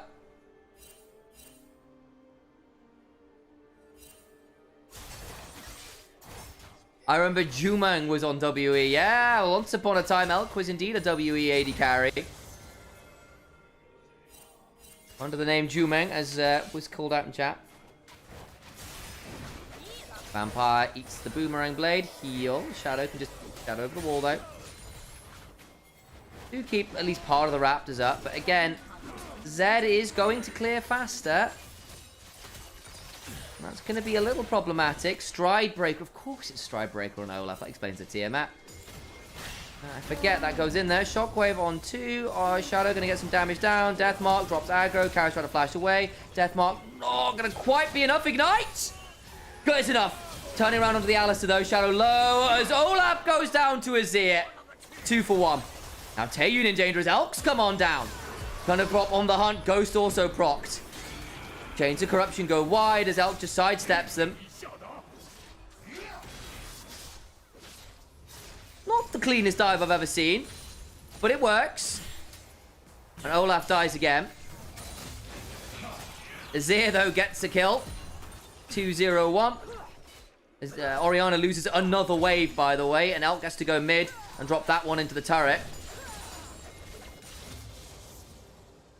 Got to get everything, but a decent chunk here. While everyone's off the map. No bad thing. Would love to stick around for one more minion. That's why Elk is here. Really wants that minion to get the Cull Cash in before the reset. Shockwave lands, but not before On uses the Unbreakable Will. The thing is, the Shockwave changes the aggro. Because On takes the aggro initially. But because the Shockwave pulls people in kind of an anti-clockwise direction, it gets a bit challenging. Olaf can still kill Alistair because ult doesn't work into Reckless blows. Reckless swings. But Shadow gets out. Ignite for the Alistair gets the retreating Karras. And Azir's soldiers finish up what Shadow starts elsewhere. On trapped in a cage of panda cats.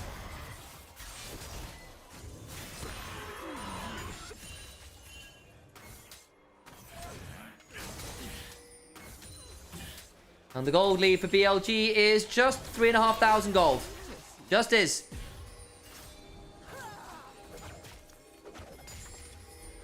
Monkey. Ooh, ow. You're right. Scuttle Crab being fought over. On goes forwards. Got the redemption behind him, but Elk will flash away. Damage onto Shadow, who likely falls down. Does. What about the rest of the TPs coming on in? On with the Unbreakable Will. What is that? 1 for none. Herald up. Really good angle from Monkey. The redemption from Vampire as well. Clutch. BLG, though, health bars and more ults to work with. Can maybe look to play this one. Has been interrupted by the Dark Procession. Handshook out of his estimating smash. Monkey, though, head back towards the team. Likely goes down. Bail out on top of him. Can they get on? I think they can. That brings him back to life. Knight! Shuffle away. Try to get the value. Does do so. But now it's a flash back on out as Tube goes over. Piercing arrow comes across and BLG overplay the fight. 5v4. And they don't have enough in the tank there. That's going to cost them Dragon and mid-turret as well.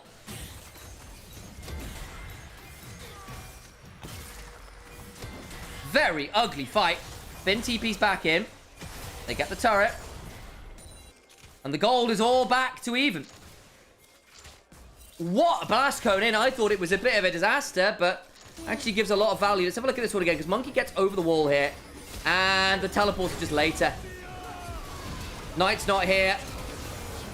Shadow just tries to get out, can't quite. Elk flashes out to safety, and that's great. It leaves the rest of the team out to dry, and then they go looking. On manages to headbutt Monkey back into the team, but there's a bailout put on top of him. And On dies, and that gives the reset. It's a really good shockwave as well. Means that Bin and Elk have to run. Barrier's not enough. Autos come on down. Tatum's gone for the on-hit variety of this Varus as well. And Knight goes in for a shuffle, but there's no one really there to shuffle people to. And doesn't have anywhere near enough damage for that to be an insta-kill on the shuffle. Dragon now going towards WE. Find themselves in a pretty good position suddenly in this game. Gold lead back towards the Varus. Bin will be able to trade out there. And the issue still stands that the farming of the solo laners hasn't been fantastic from WE. We might end up in a game 1 scenario all over again. I'm going to try and jump onto this tier 2. Elk's coming over. Ow, good shockwave. His spell shielded, at least by Elk. Knight not so lucky. But the wave crash, there's not a lot there to be done to defend it. Shadow honestly hasn't looked all that comfortable on the Zed, it has to be said. That's good though. Vampires are dead. Renata ulting forward, so looking to try and find a bit more. Bin, not the best angle there. Atakan. Spawns in a minute. Okay. Well, they'll get the kill. Where did they go over to Zir? Okay. Knight now 4-1.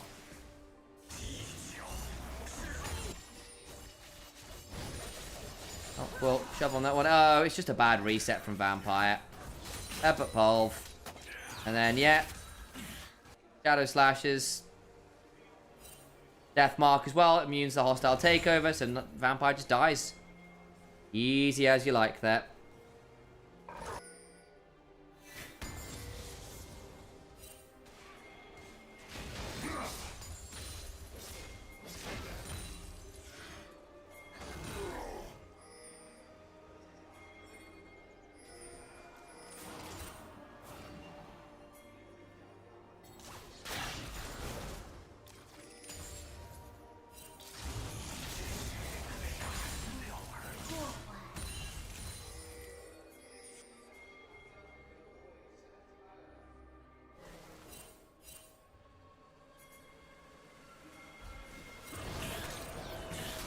How long have we got until the next play? Atakan spawns now. Dragon's in 3. We are going to have a bit of a stall out for a second. WE, again, generally speaking, for all their 1 and 6, have generally won a game here or there. Actually in a pretty good spot this game. Monkey yells to chug and starts up on the Atakan. BLG going to be forced to come and fight Karis. Junks out Shadow, but eats his own trade. BLG, Azir could TP in, forcing off the Atakan. Been a bit risky, I think. We'll give Cube the opportunity to get this turret topside. Azir will trade in mid. The wave should finish that one up. And BLG now starting Atakan. Okay. Can smell the flip, folks. Turret doesn't go down to the minions. Ah, Knight misreads the damage. Has to leave to go top.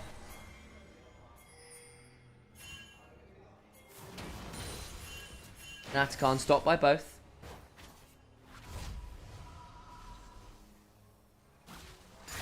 Randuin's now done for this Olaf. He's got a Hex Strings as well. Very defensive build. Just want to run in and cause as much problem as possible. The Hex Drinker helps against the Azir in particular, who was kind of shredding him, and is 4-1. A little bit sad you have to stop off of that, but the Randuin's, the slow, additionally, very good at clean feed again. Bit of a stutter here. Give it a second or two, guys. It'll go black, then the audio will cut, then we'll be back in a second. Wait for the audio. Wait for it. Wait for it. Wait for it.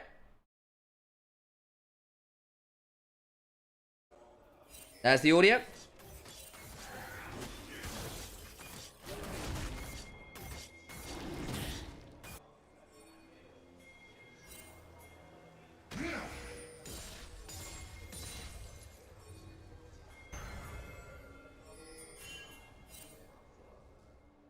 We're back. Phew. Phew. Chunk going on down.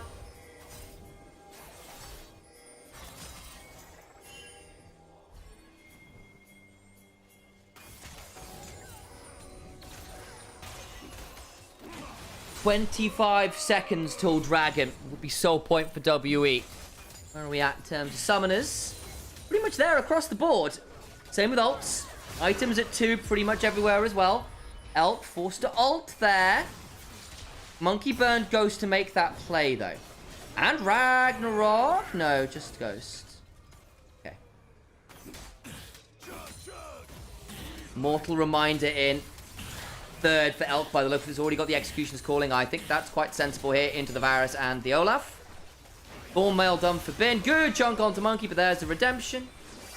Early on for Renata. Getting some value there. Chunk onto arm, but doesn't really mean all that much. Sion ulting on down. Shadow comes across the wall. Exhausted before he gets to ult particularly. He's a dead man. That's awful, Shadow. Hostile takeover catches him, and he can't Shadow out to safety. Oh dear. And all the while, Cube's not there. TPing behind. Atakan's going to WE. I saw the vision of the Zed this game. Interrupts the TP. Bin's now here. They're going to kill off Cube. That's the trade. But he got the tier 2. They're getting the Atakan. He has got a big bounty on his head. And Azira's donated it. Maybe that's the wink on. Get Azir to a 3rd item and pray. Is it an Void Staff? Be a fair amount. And look, you've got Azir. You've got Sivir. Late game is still an option. But you need 3 items. And dropping Atakan and potentially Soul. Yeah, that wouldn't be good enough. But the vision of the Zed was good early on. Can outclear the Olaf. Stop him from getting invades off the priority.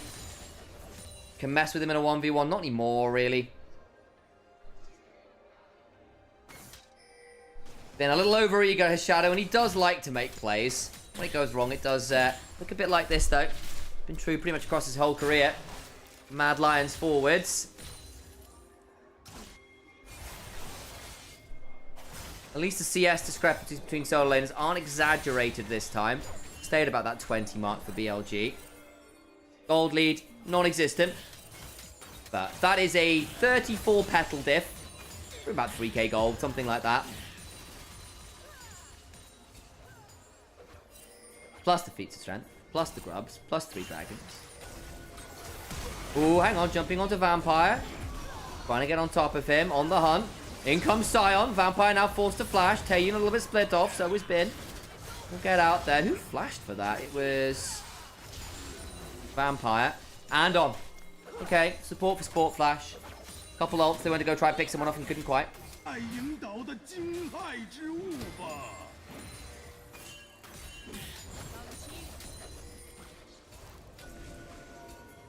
What's Shadow going to go 3rd? Death Stance? Probably. Well, with a ton of luck. Could be a Sterax. Knight looking at on. Oh, so a Cube rather. I think that's probably a very dead as. Oh, Cube! Has got the Blast Cone. Knight might now die for this, unfortunately. Yeah, he's dead. Oh, great shuffle. But then doesn't have any way out as the TPs come in. Is that Baron now? Oh, dear. Thought they caught Cube, and then Cube went, yeah, I guess I sit on you, and die, and BLG didn't have enough damage to kill off Cube, who has, in fairness, got a Jack Show 3rd. Towards Baron we look. Zed with Flash and Shadow. May not be the easiest to do this into. Dunk onto Vampire.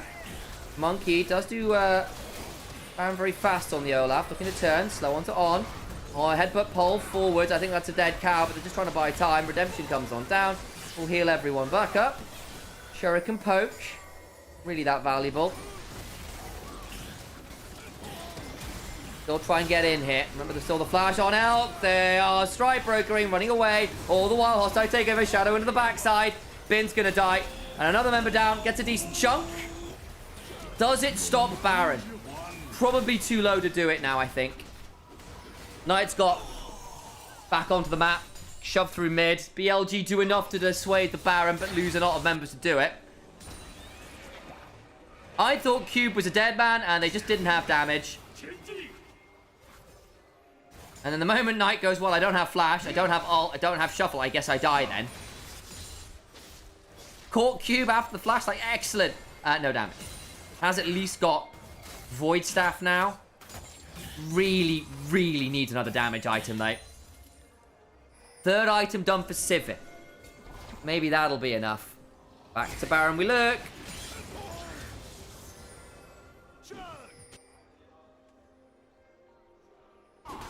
That might give you a way back in. The problem is his soul in a minute.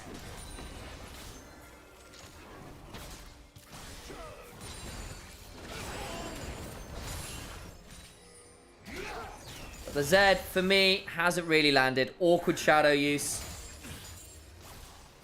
Chunked out and killed before a lot of fights. You have to be better than that. You need... My general rule with Zed in the jungle is if you can't play it like a mid laner, don't play it. Tarzan gets the pass. Canyon gets the pass. Kanavi occasionally gets the pass. Occasionally. Shadow so far hasn't got it.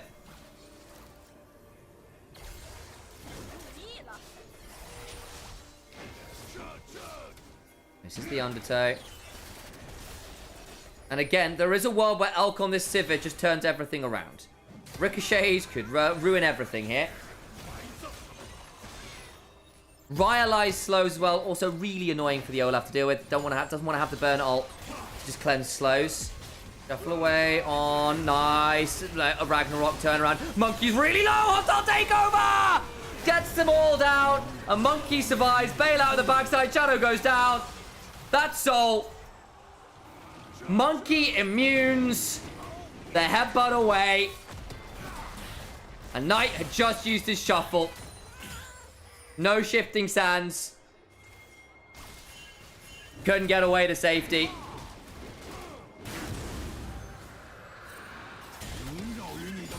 And no way to kill that one off. Back to Baron they go. Shadow goes in for some godforsaken reason at the end of it just to die anyway.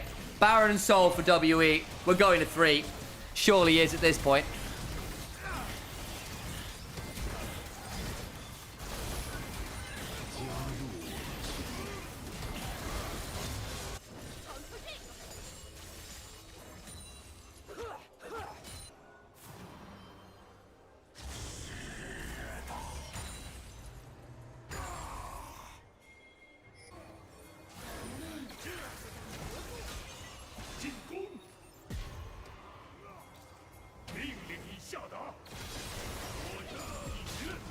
Here's the replay. Really good Ragnarok timing.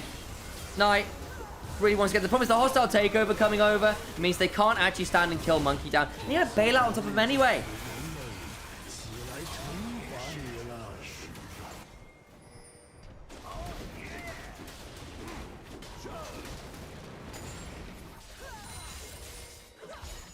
BLG at this point, praying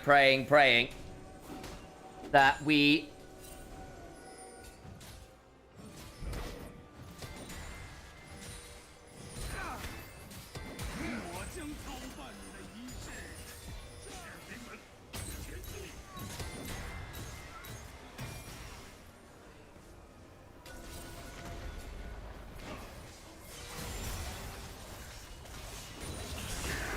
Here we go. Exhaust comes on down. And the damage just keeps rolling. Shockwave, Olaf ghosting, bailed out. Will not die. Oh, Monkey locks in the Olaf and dares him. They will always win at least a game. And we are absolutely going to 6 today.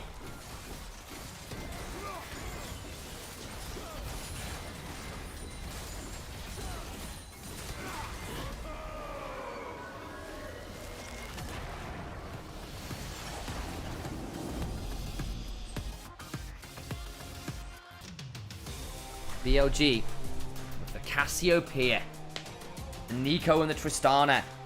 Bury them. Will it be enough? We'll listen to the Gyos, shall we?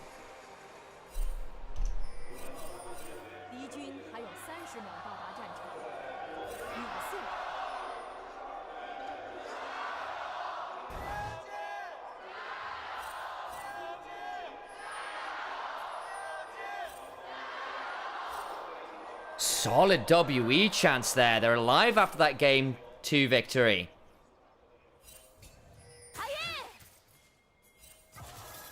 BLG, strong early. That makes sense. Nico, Tristana, level 1s. Sejuani, Renekton can do some silly things there. Then WE going to spike a little bit more towards the mid-game. And then BLG come back online later. I think that's fair.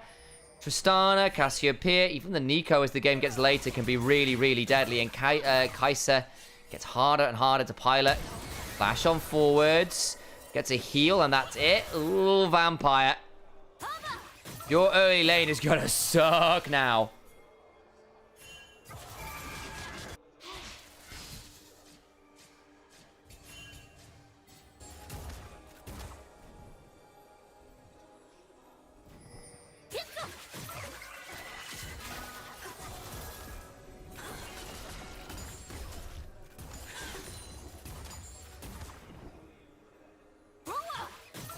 The blooming blows keep coming. Vampire's mounted back up again. But like this is a rough state of affairs, right? I've got Spellbook into Spellbook, which is fine and all. Vampire with the Hex Flash, trying to get some value, doesn't get it. And now he's going to eat so much damage because he didn't get anything there. The shield time's out. Ugh. Nasty. I appreciate Vampire going looking. I really do. When it goes wrong, it is really going wrong.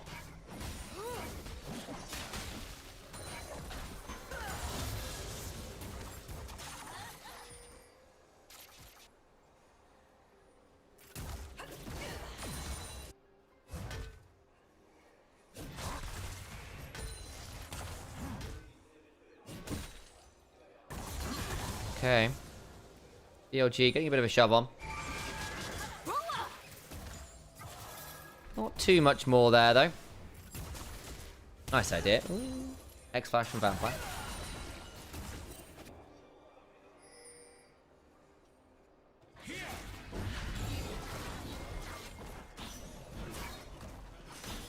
Early shove from Renekton. Early shove from Tristana and Nico. BLG with priority. Very different beast. Shove from this Cassiopeia as well, looking for that Noxious Blast. Can't quite get it. Early reset. As the Kai'Sa has been forced to reset very early on here. Oh, Cube is TP down. 2/3 HP. They're going to dive him. Blooming Blow. Going to try and get some Bellows Breath. Passive stacking. On's tanking as the cannon. Oh, they're doing it again. The Nico strat that I wish we saw more of.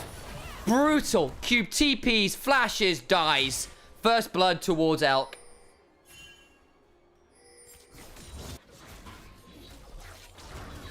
Monkey tried to get a funky clear off. Wrapped straight towards bot side and it didn't happen. The dive happened later.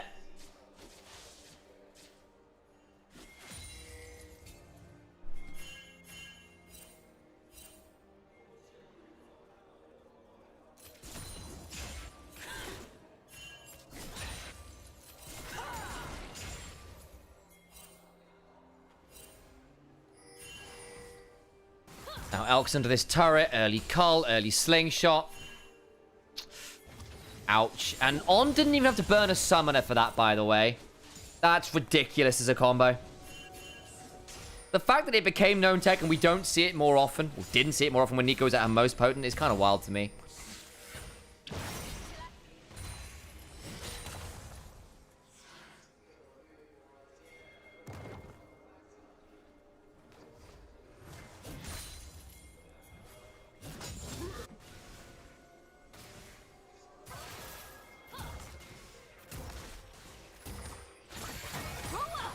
Good damage.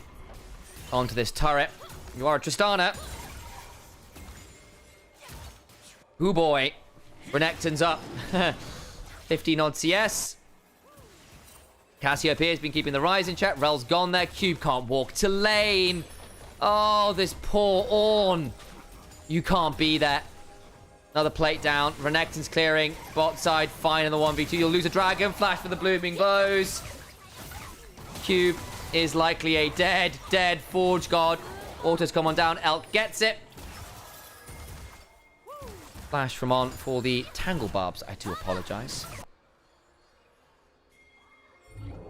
Monkey will get over and get the Raptor invade, and that's fine. But I think it's going to get traded for Krugs anyway, so A little bit of a farm lead is one thing. Oh, Vampire, buddy. On's done it again! He's doing it again! No! My God! He is so annoying. 2 cannon minion dives.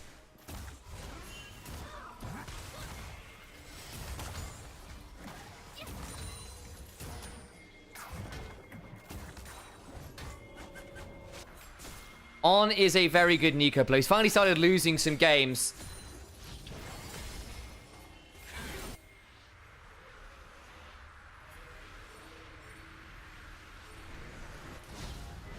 TP's come flying a little bit further. Shadow going for the spellbook, by the way, on the Sejuani. Into the Viego. Probably can get away with it early. Not how safe it is, but it's done. TP available then. Basically means you can get so many TPs. Because On's going to have one as well. Everyone but Elk will have a TP available to them on BLG. Oh, Glacial Prison. Oh, Vampire. Oh, just about gets away with it. Blooming Blows just wide. Sorry, Blooming Burst. Blooming Blows is Lilia.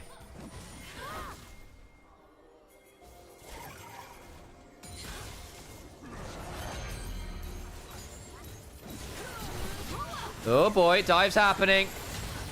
Shadow gets away from Vampire's crash down. Monkey can look for the ult, but flash out from Shadow. On can't quite get the last auto in the form of the Tristana. Taeyun is dead though. Vampire survives. That's it. They don't even get a return kill. Shadow's like, cool, I'll flash. I've got Spellbook. What do I care?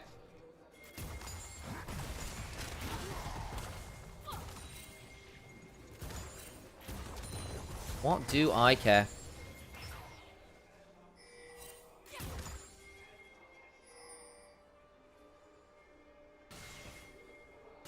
The answer's not really a lot.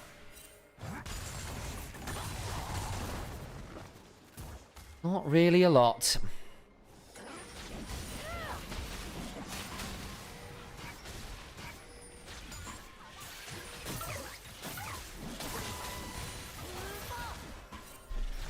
BLG, startup grubs. On's there. 201 for this Tristana, who's up. 15 CS, 1300 gold. Renekton up about 800 gold. You're getting early grubs for a Tristana. And Elk has always been a Tristana player when he's given the opportunity. Monkey is doing what he can, which is farm up, steal some camps, try and at least keep relevant this game. I don't know how much that's going to mean. Vampire's around. Does not manage to steal away that big raptor, I don't think.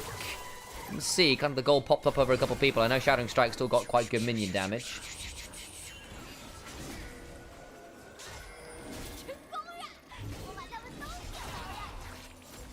Monkey should get the red buff at least. And again, Shadow has suffered for making these plays by dropping half a clear. It's nearly a full clear, right? Which is a fair amount, don't get me wrong.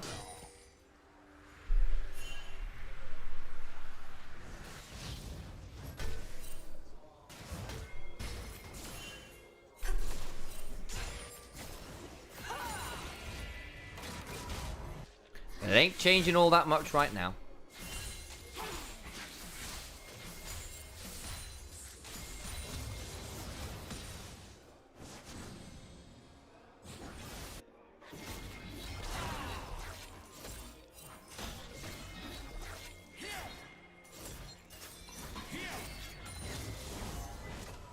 Nice kill from Monkey on the Scuttle Crab.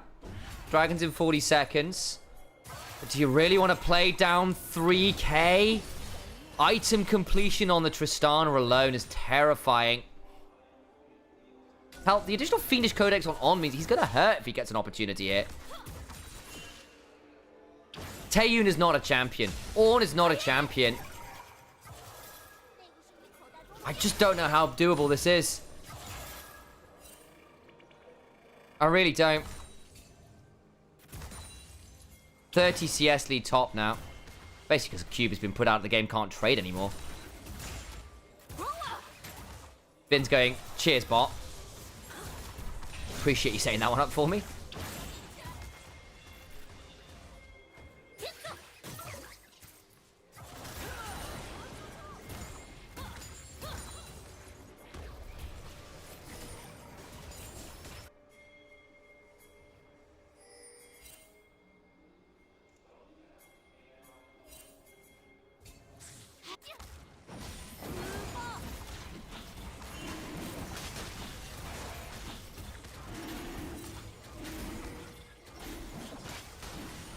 Well, goes that dragon. On's looking.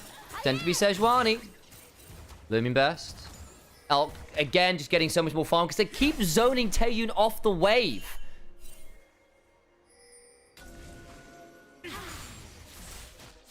Yeah, honestly, like... I'm seeing some things about, like, Vampire's level 1. I think it was a bit overeager, but he was trying to abuse the Hex Flash, trying to get a crash down, because otherwise, Tristana and Nico was going to keep you permanently pinned in the turret, and the game was potentially over just off the dive threat. So by basically playing the level 1 really aggressively, the idea is to try and stop this kind of being the regular. It went wrong, so it just gets worse. Kill picked up, back away. On's back in the form of the Tristana to improve the autos.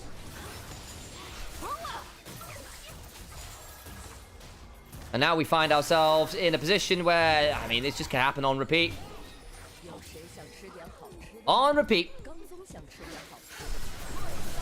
Shadow. Oh, on! 3-man Pop Blossom. Backs away. Petrifying Gaze. Doesn't get any stuns, but the damage is still down. Taeyun very low. Got a flash and a dream. The bomb nearly kills Taeyun with the splash. Elk will get out with the rocket jump. Karis trying to get some value. The Magnet Storm crash down. Vampire there. They do get the kill on the Renekton Knight, now in danger. Monkey's getting a reset. On's trying to jump around. They've gone too far. Again, BLG. Vampire on the respawn gets in. Was he there for a teleport? I don't know. Can Monkey find some more? I don't know whether he actually wants this. Yeah, Elk's going to step on forward, immediately cleanses. Gets a fair chunk, but yeah, can't get the kill. Hopefully we had a replay there. Because that was BLG have done this every game now. Every game. Be up 4,000 gold. Take a play that was too far. Die for it. That looked like a really good Pop Blossom, and it was. But then you actually have to kill the people you're trying to kill. They try to get the turret as well. They just took too long. So, Vampire is coming down the lane. Keep your eyes on that. The Pop Blossom's great. But the Rune Prism means that Shadow can't follow up. Elk isn't here till now. They don't get the stun with the Petrifying Gaze. At this point, just call it off. Bin's TP'd in. They nearly kill Taeyun. They do. And they hop away. And then Bin goes too far. It's too far because Vampire gets to crash down. Magnet Storm on 3. They wanted to get Karis as well. It was too much. And then Monkey gets to flash and reset loads. Which brings him actually significantly back in the game. He's 1,000 gold ahead. He's gone for the Kraken Slayer to get as much burst power as possible. This is still going to be the dive onto Cube, who dies horribly. And they should get the turret off this as well. Better stuff from BLG. There we go. Reset it. But like, look, you got the kill onto Taeyun. Going on to Karis was probably a step too far.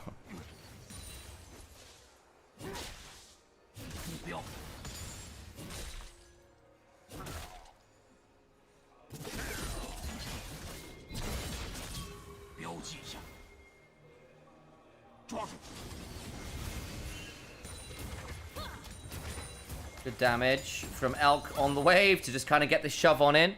Could maybe put a bomb down on it. I think they'd rather play towards this Herald, though. Feed stun's been secured long ago by BLG. Early turrets, early kills. Yeah. And the gold leads still sit there largely. Strong lead for the Renekton. Exceptionally strong lead for the Tristana. Cassiopeia also very happily at rower and stacking on that one. The Rise is going to be a long, long, long way off that. Still winnable for WE. If BLG keep doing those kinds of things, the counter dive can be very punishing, but Taeyun is going to have this happen a lot. Yeah. Yeah.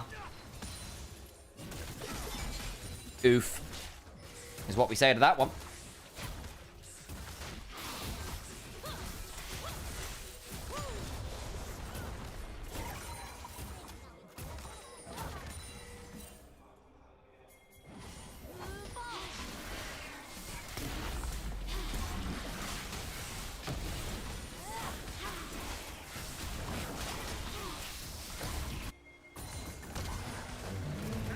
All the Forge Gods. Bin.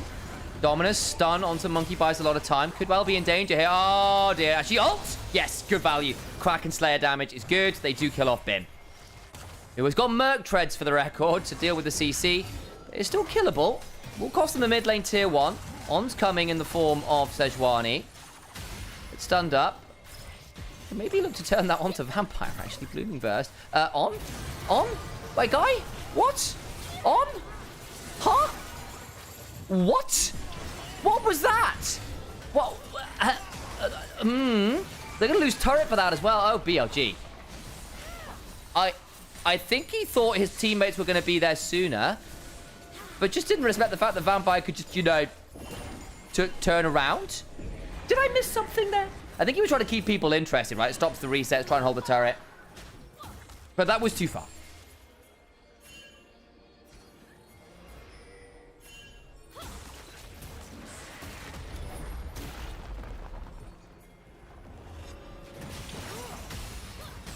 Okay, decent damage.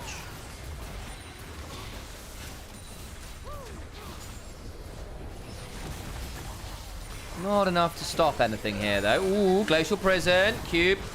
Exhausted, runs away. Turret goes down. BLG return the favor with the big charge through bot. Cube chunked up all the way up in his mid. Monkey with 2 items, the Sun Sky and the Kraken Slayer. Looks like you have a fairly nasty initial hit.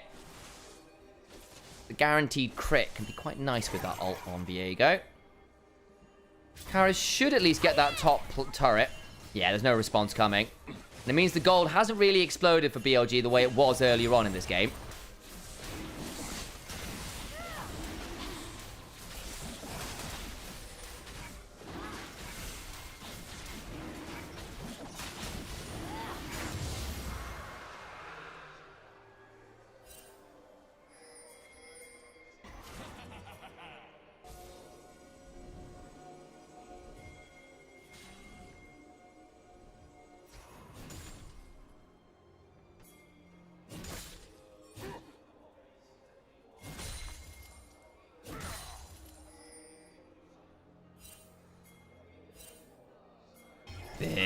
Ooh. Hang on now, a bit of an engage potentially onto Q. Forced to flash away, flash on forwards. Does get the permafrost down onto him. On with the rocket belt to try and get in range for those tangle barbs and get to them. Taeyun. Void Seeker down, but that's just a dead on. Ah, Cube. Ever since that TP bot, it's kind of been a rough sailing for him.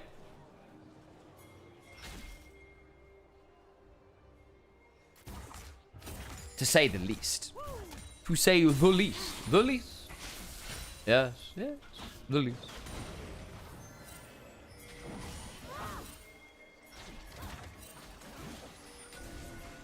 All right, then. Pop Blossom, not fantastic, but still going to lead to the death of Vampire. Staked by the Naga.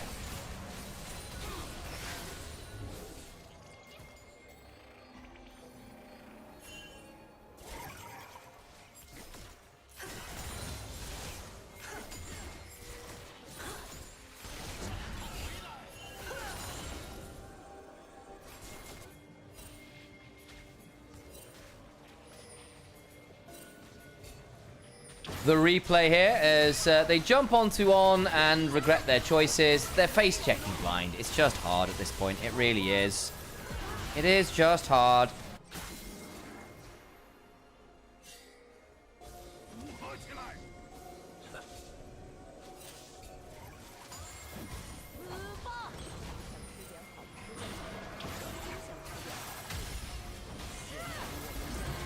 Well, there's an engage onto Shadow. Doesn't lead into too much. Atakan's up. WE. Doing their best here.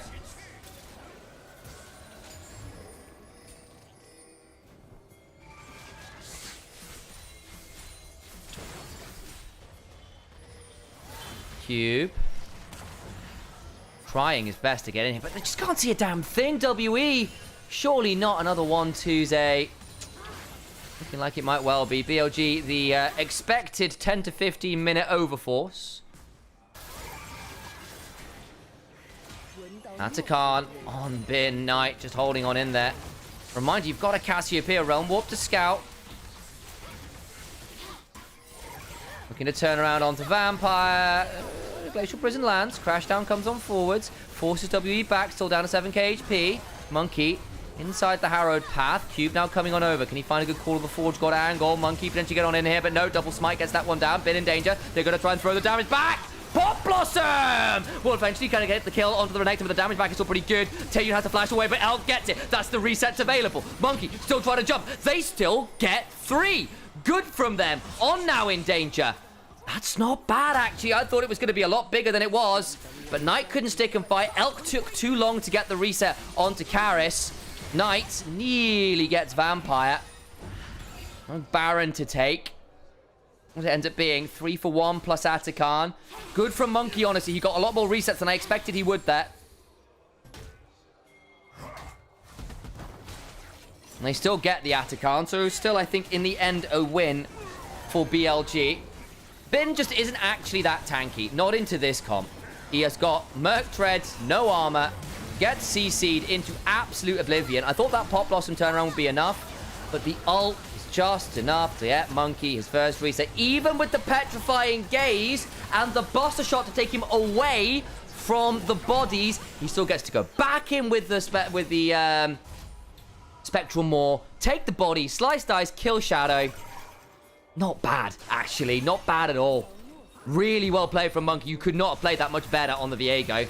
It doesn't really change all that much in the grand scheme of things. I'll note that Rise getting some shutdowns there does actually pull him ahead slightly in the gold. The problem is that his Roa is significantly behind where Knight's is. You've still got a 5-1 and 5 Tristana, who is very, very ahead of the game. Bin is a bit more squishy than I think he would like to be. I wonder whether he needs, like, a Randuin or a Thornmail. Something with a bit of armor in it.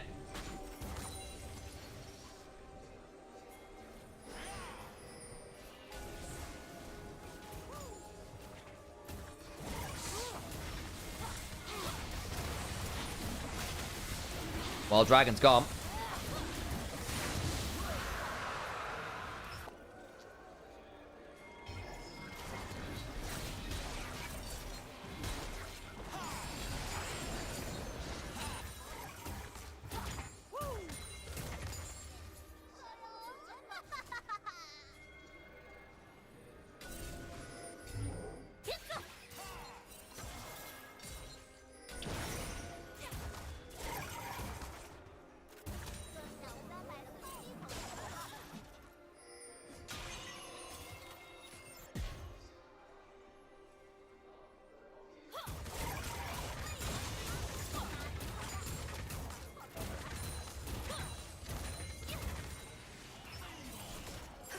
Soul Point.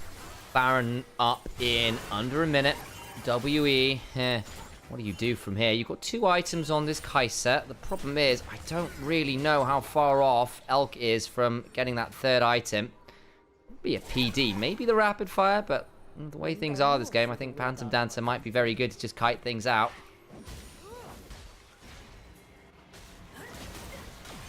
Somehow only a 3k lead. Big shutdowns, and this Viego in particular, getting as many kills as they did, was very, very good. Monkey trying. I thought after this early game it was a done deal, but, well, WE found a few good fights now. They really have. The problem is, post this point, I think things get trickier again as 3rd items complete. Suddenly the burst and pick to get Monkey that reset, it's just going to be harder and harder and harder to get as GAs and shields and just raw HP and damage comes on through.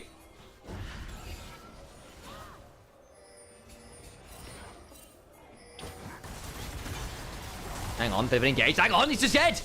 Knight, no! How? Why were you there by yourself? Oh, Knight, not like that. Is that the only kill they need? Monkey, body down. Finn gonna try and step on forwards. Vampire behind, gets in there and looks for an angle on it. Onto Elk! Kaiyun in the backline! They've killed off the Tristana! On's gonna flash Blast Cone out. Double carries down, and now they can turn to Baron. Is this how it works? BLG's first series loss. Is it here? Off Knight of all players getting caught. He's trying to get this blue buff and does. They see Monkey leaving with Karis and think it's safe. They just spotted them. But oh, he sweeps and isn't prepared for 3 people to be there. He thought with Karis and Monkey leaving that he was fine, and he was not. He was really, really not. And then Vampire gets behind them all. Flash, Shattering Strike, crash down onto Elf, who cleanses but is knocked up and can't go anywhere.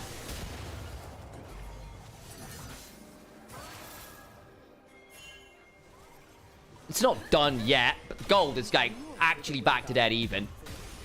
Still soul point, still great scaling. Elk now has 3 items.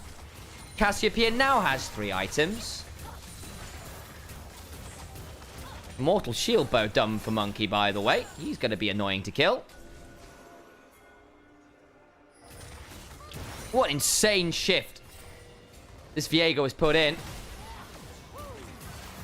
There's another one of those LDL junglers who had to go through the trenches, to say the least. Big Graves player, big Viego player. Gets to pull out the Viego and show exactly what he was doing down at LDL level.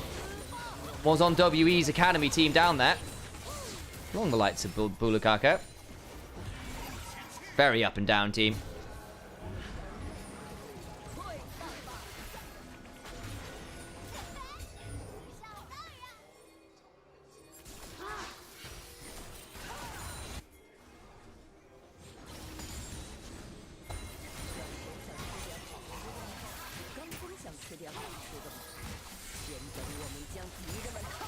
Well, well, well. Here we look again. Dragon in 35. BLG on the back foot for once. The overforce by bot tier 1. The Atacon not going as cleanly as they would like. The pickups before the Baron. Try and jump onto Cube here, who's still been a bit of a weak link in this squad. May well just die. Good CC chain. That probably earns you soul. Monkey at level 16 will have to find the steal. Have to. Monk Vampire behind. Spellbook. Can he switch over to Smite? They've got the ward in the back of the pit. Keep around Vampire's infantry. They know he's there now. Ben's going to go stop him. That's Salt.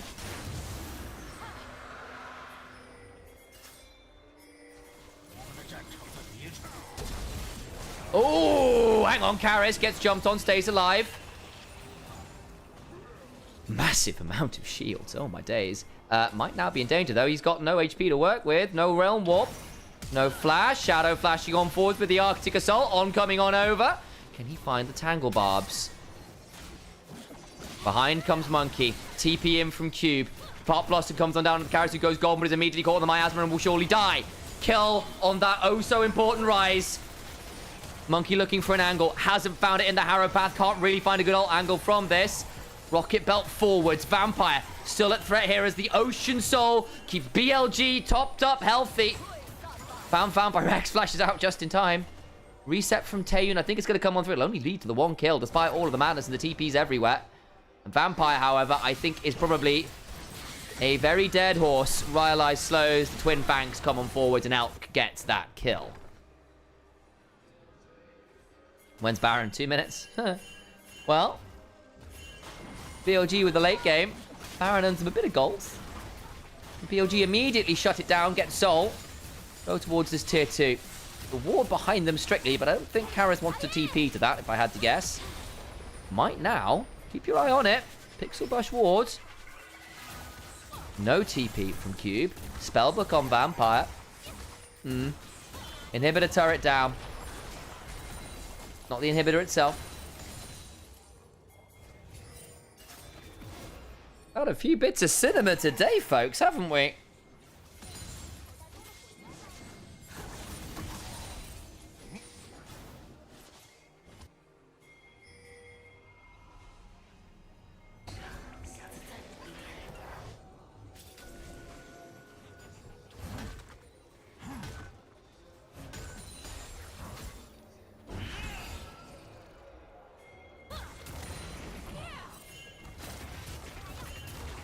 This Tristana is genuinely the problem, isn't it? 3.6k ahead. Hasn't bought in a while. This will be a 4th item. I think it's going to be a one-shot. Watch it. Inventory. Yeah, full G8.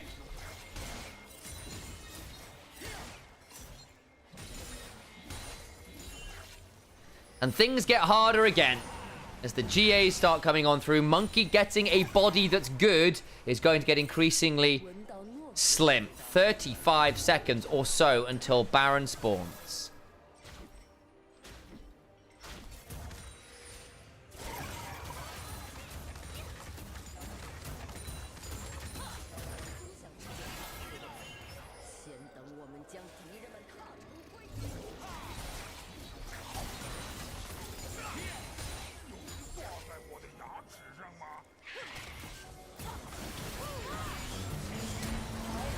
Vampire comes crashing on down. They get onto Bin a bit, but it's only the clone.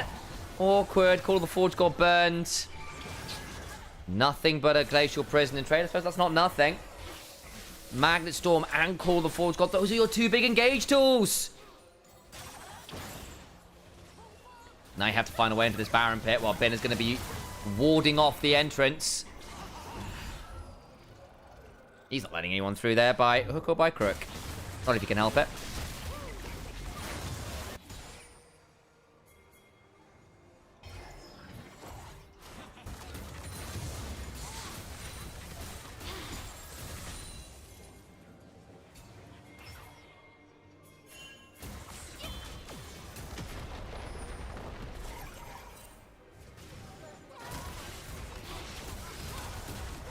Goodbye, inhibitor turret. By inhibitors after. Bin's bot side clearing out the way. If I've got TP, so could join if things get messy. Maybe has to. Vampire behind. On. Trying to land the tangle barbs. Missed it. Shouting strikes wide. On the other side. Knight's dead. Lose Vampire for it. Does it change anything? Oh, the Glacial Prison Monkey, no! Oh, Monkey! That changes things. Karis goes golden. GA popped on Elk. Cube coming on over. Trying to get the overloads. Flash away. Shadow survives. And Karis does not. At the ending of the 6th game of the day, Billy Gaming remain undefeated in Series WE again. A single game win. Again, another series loss.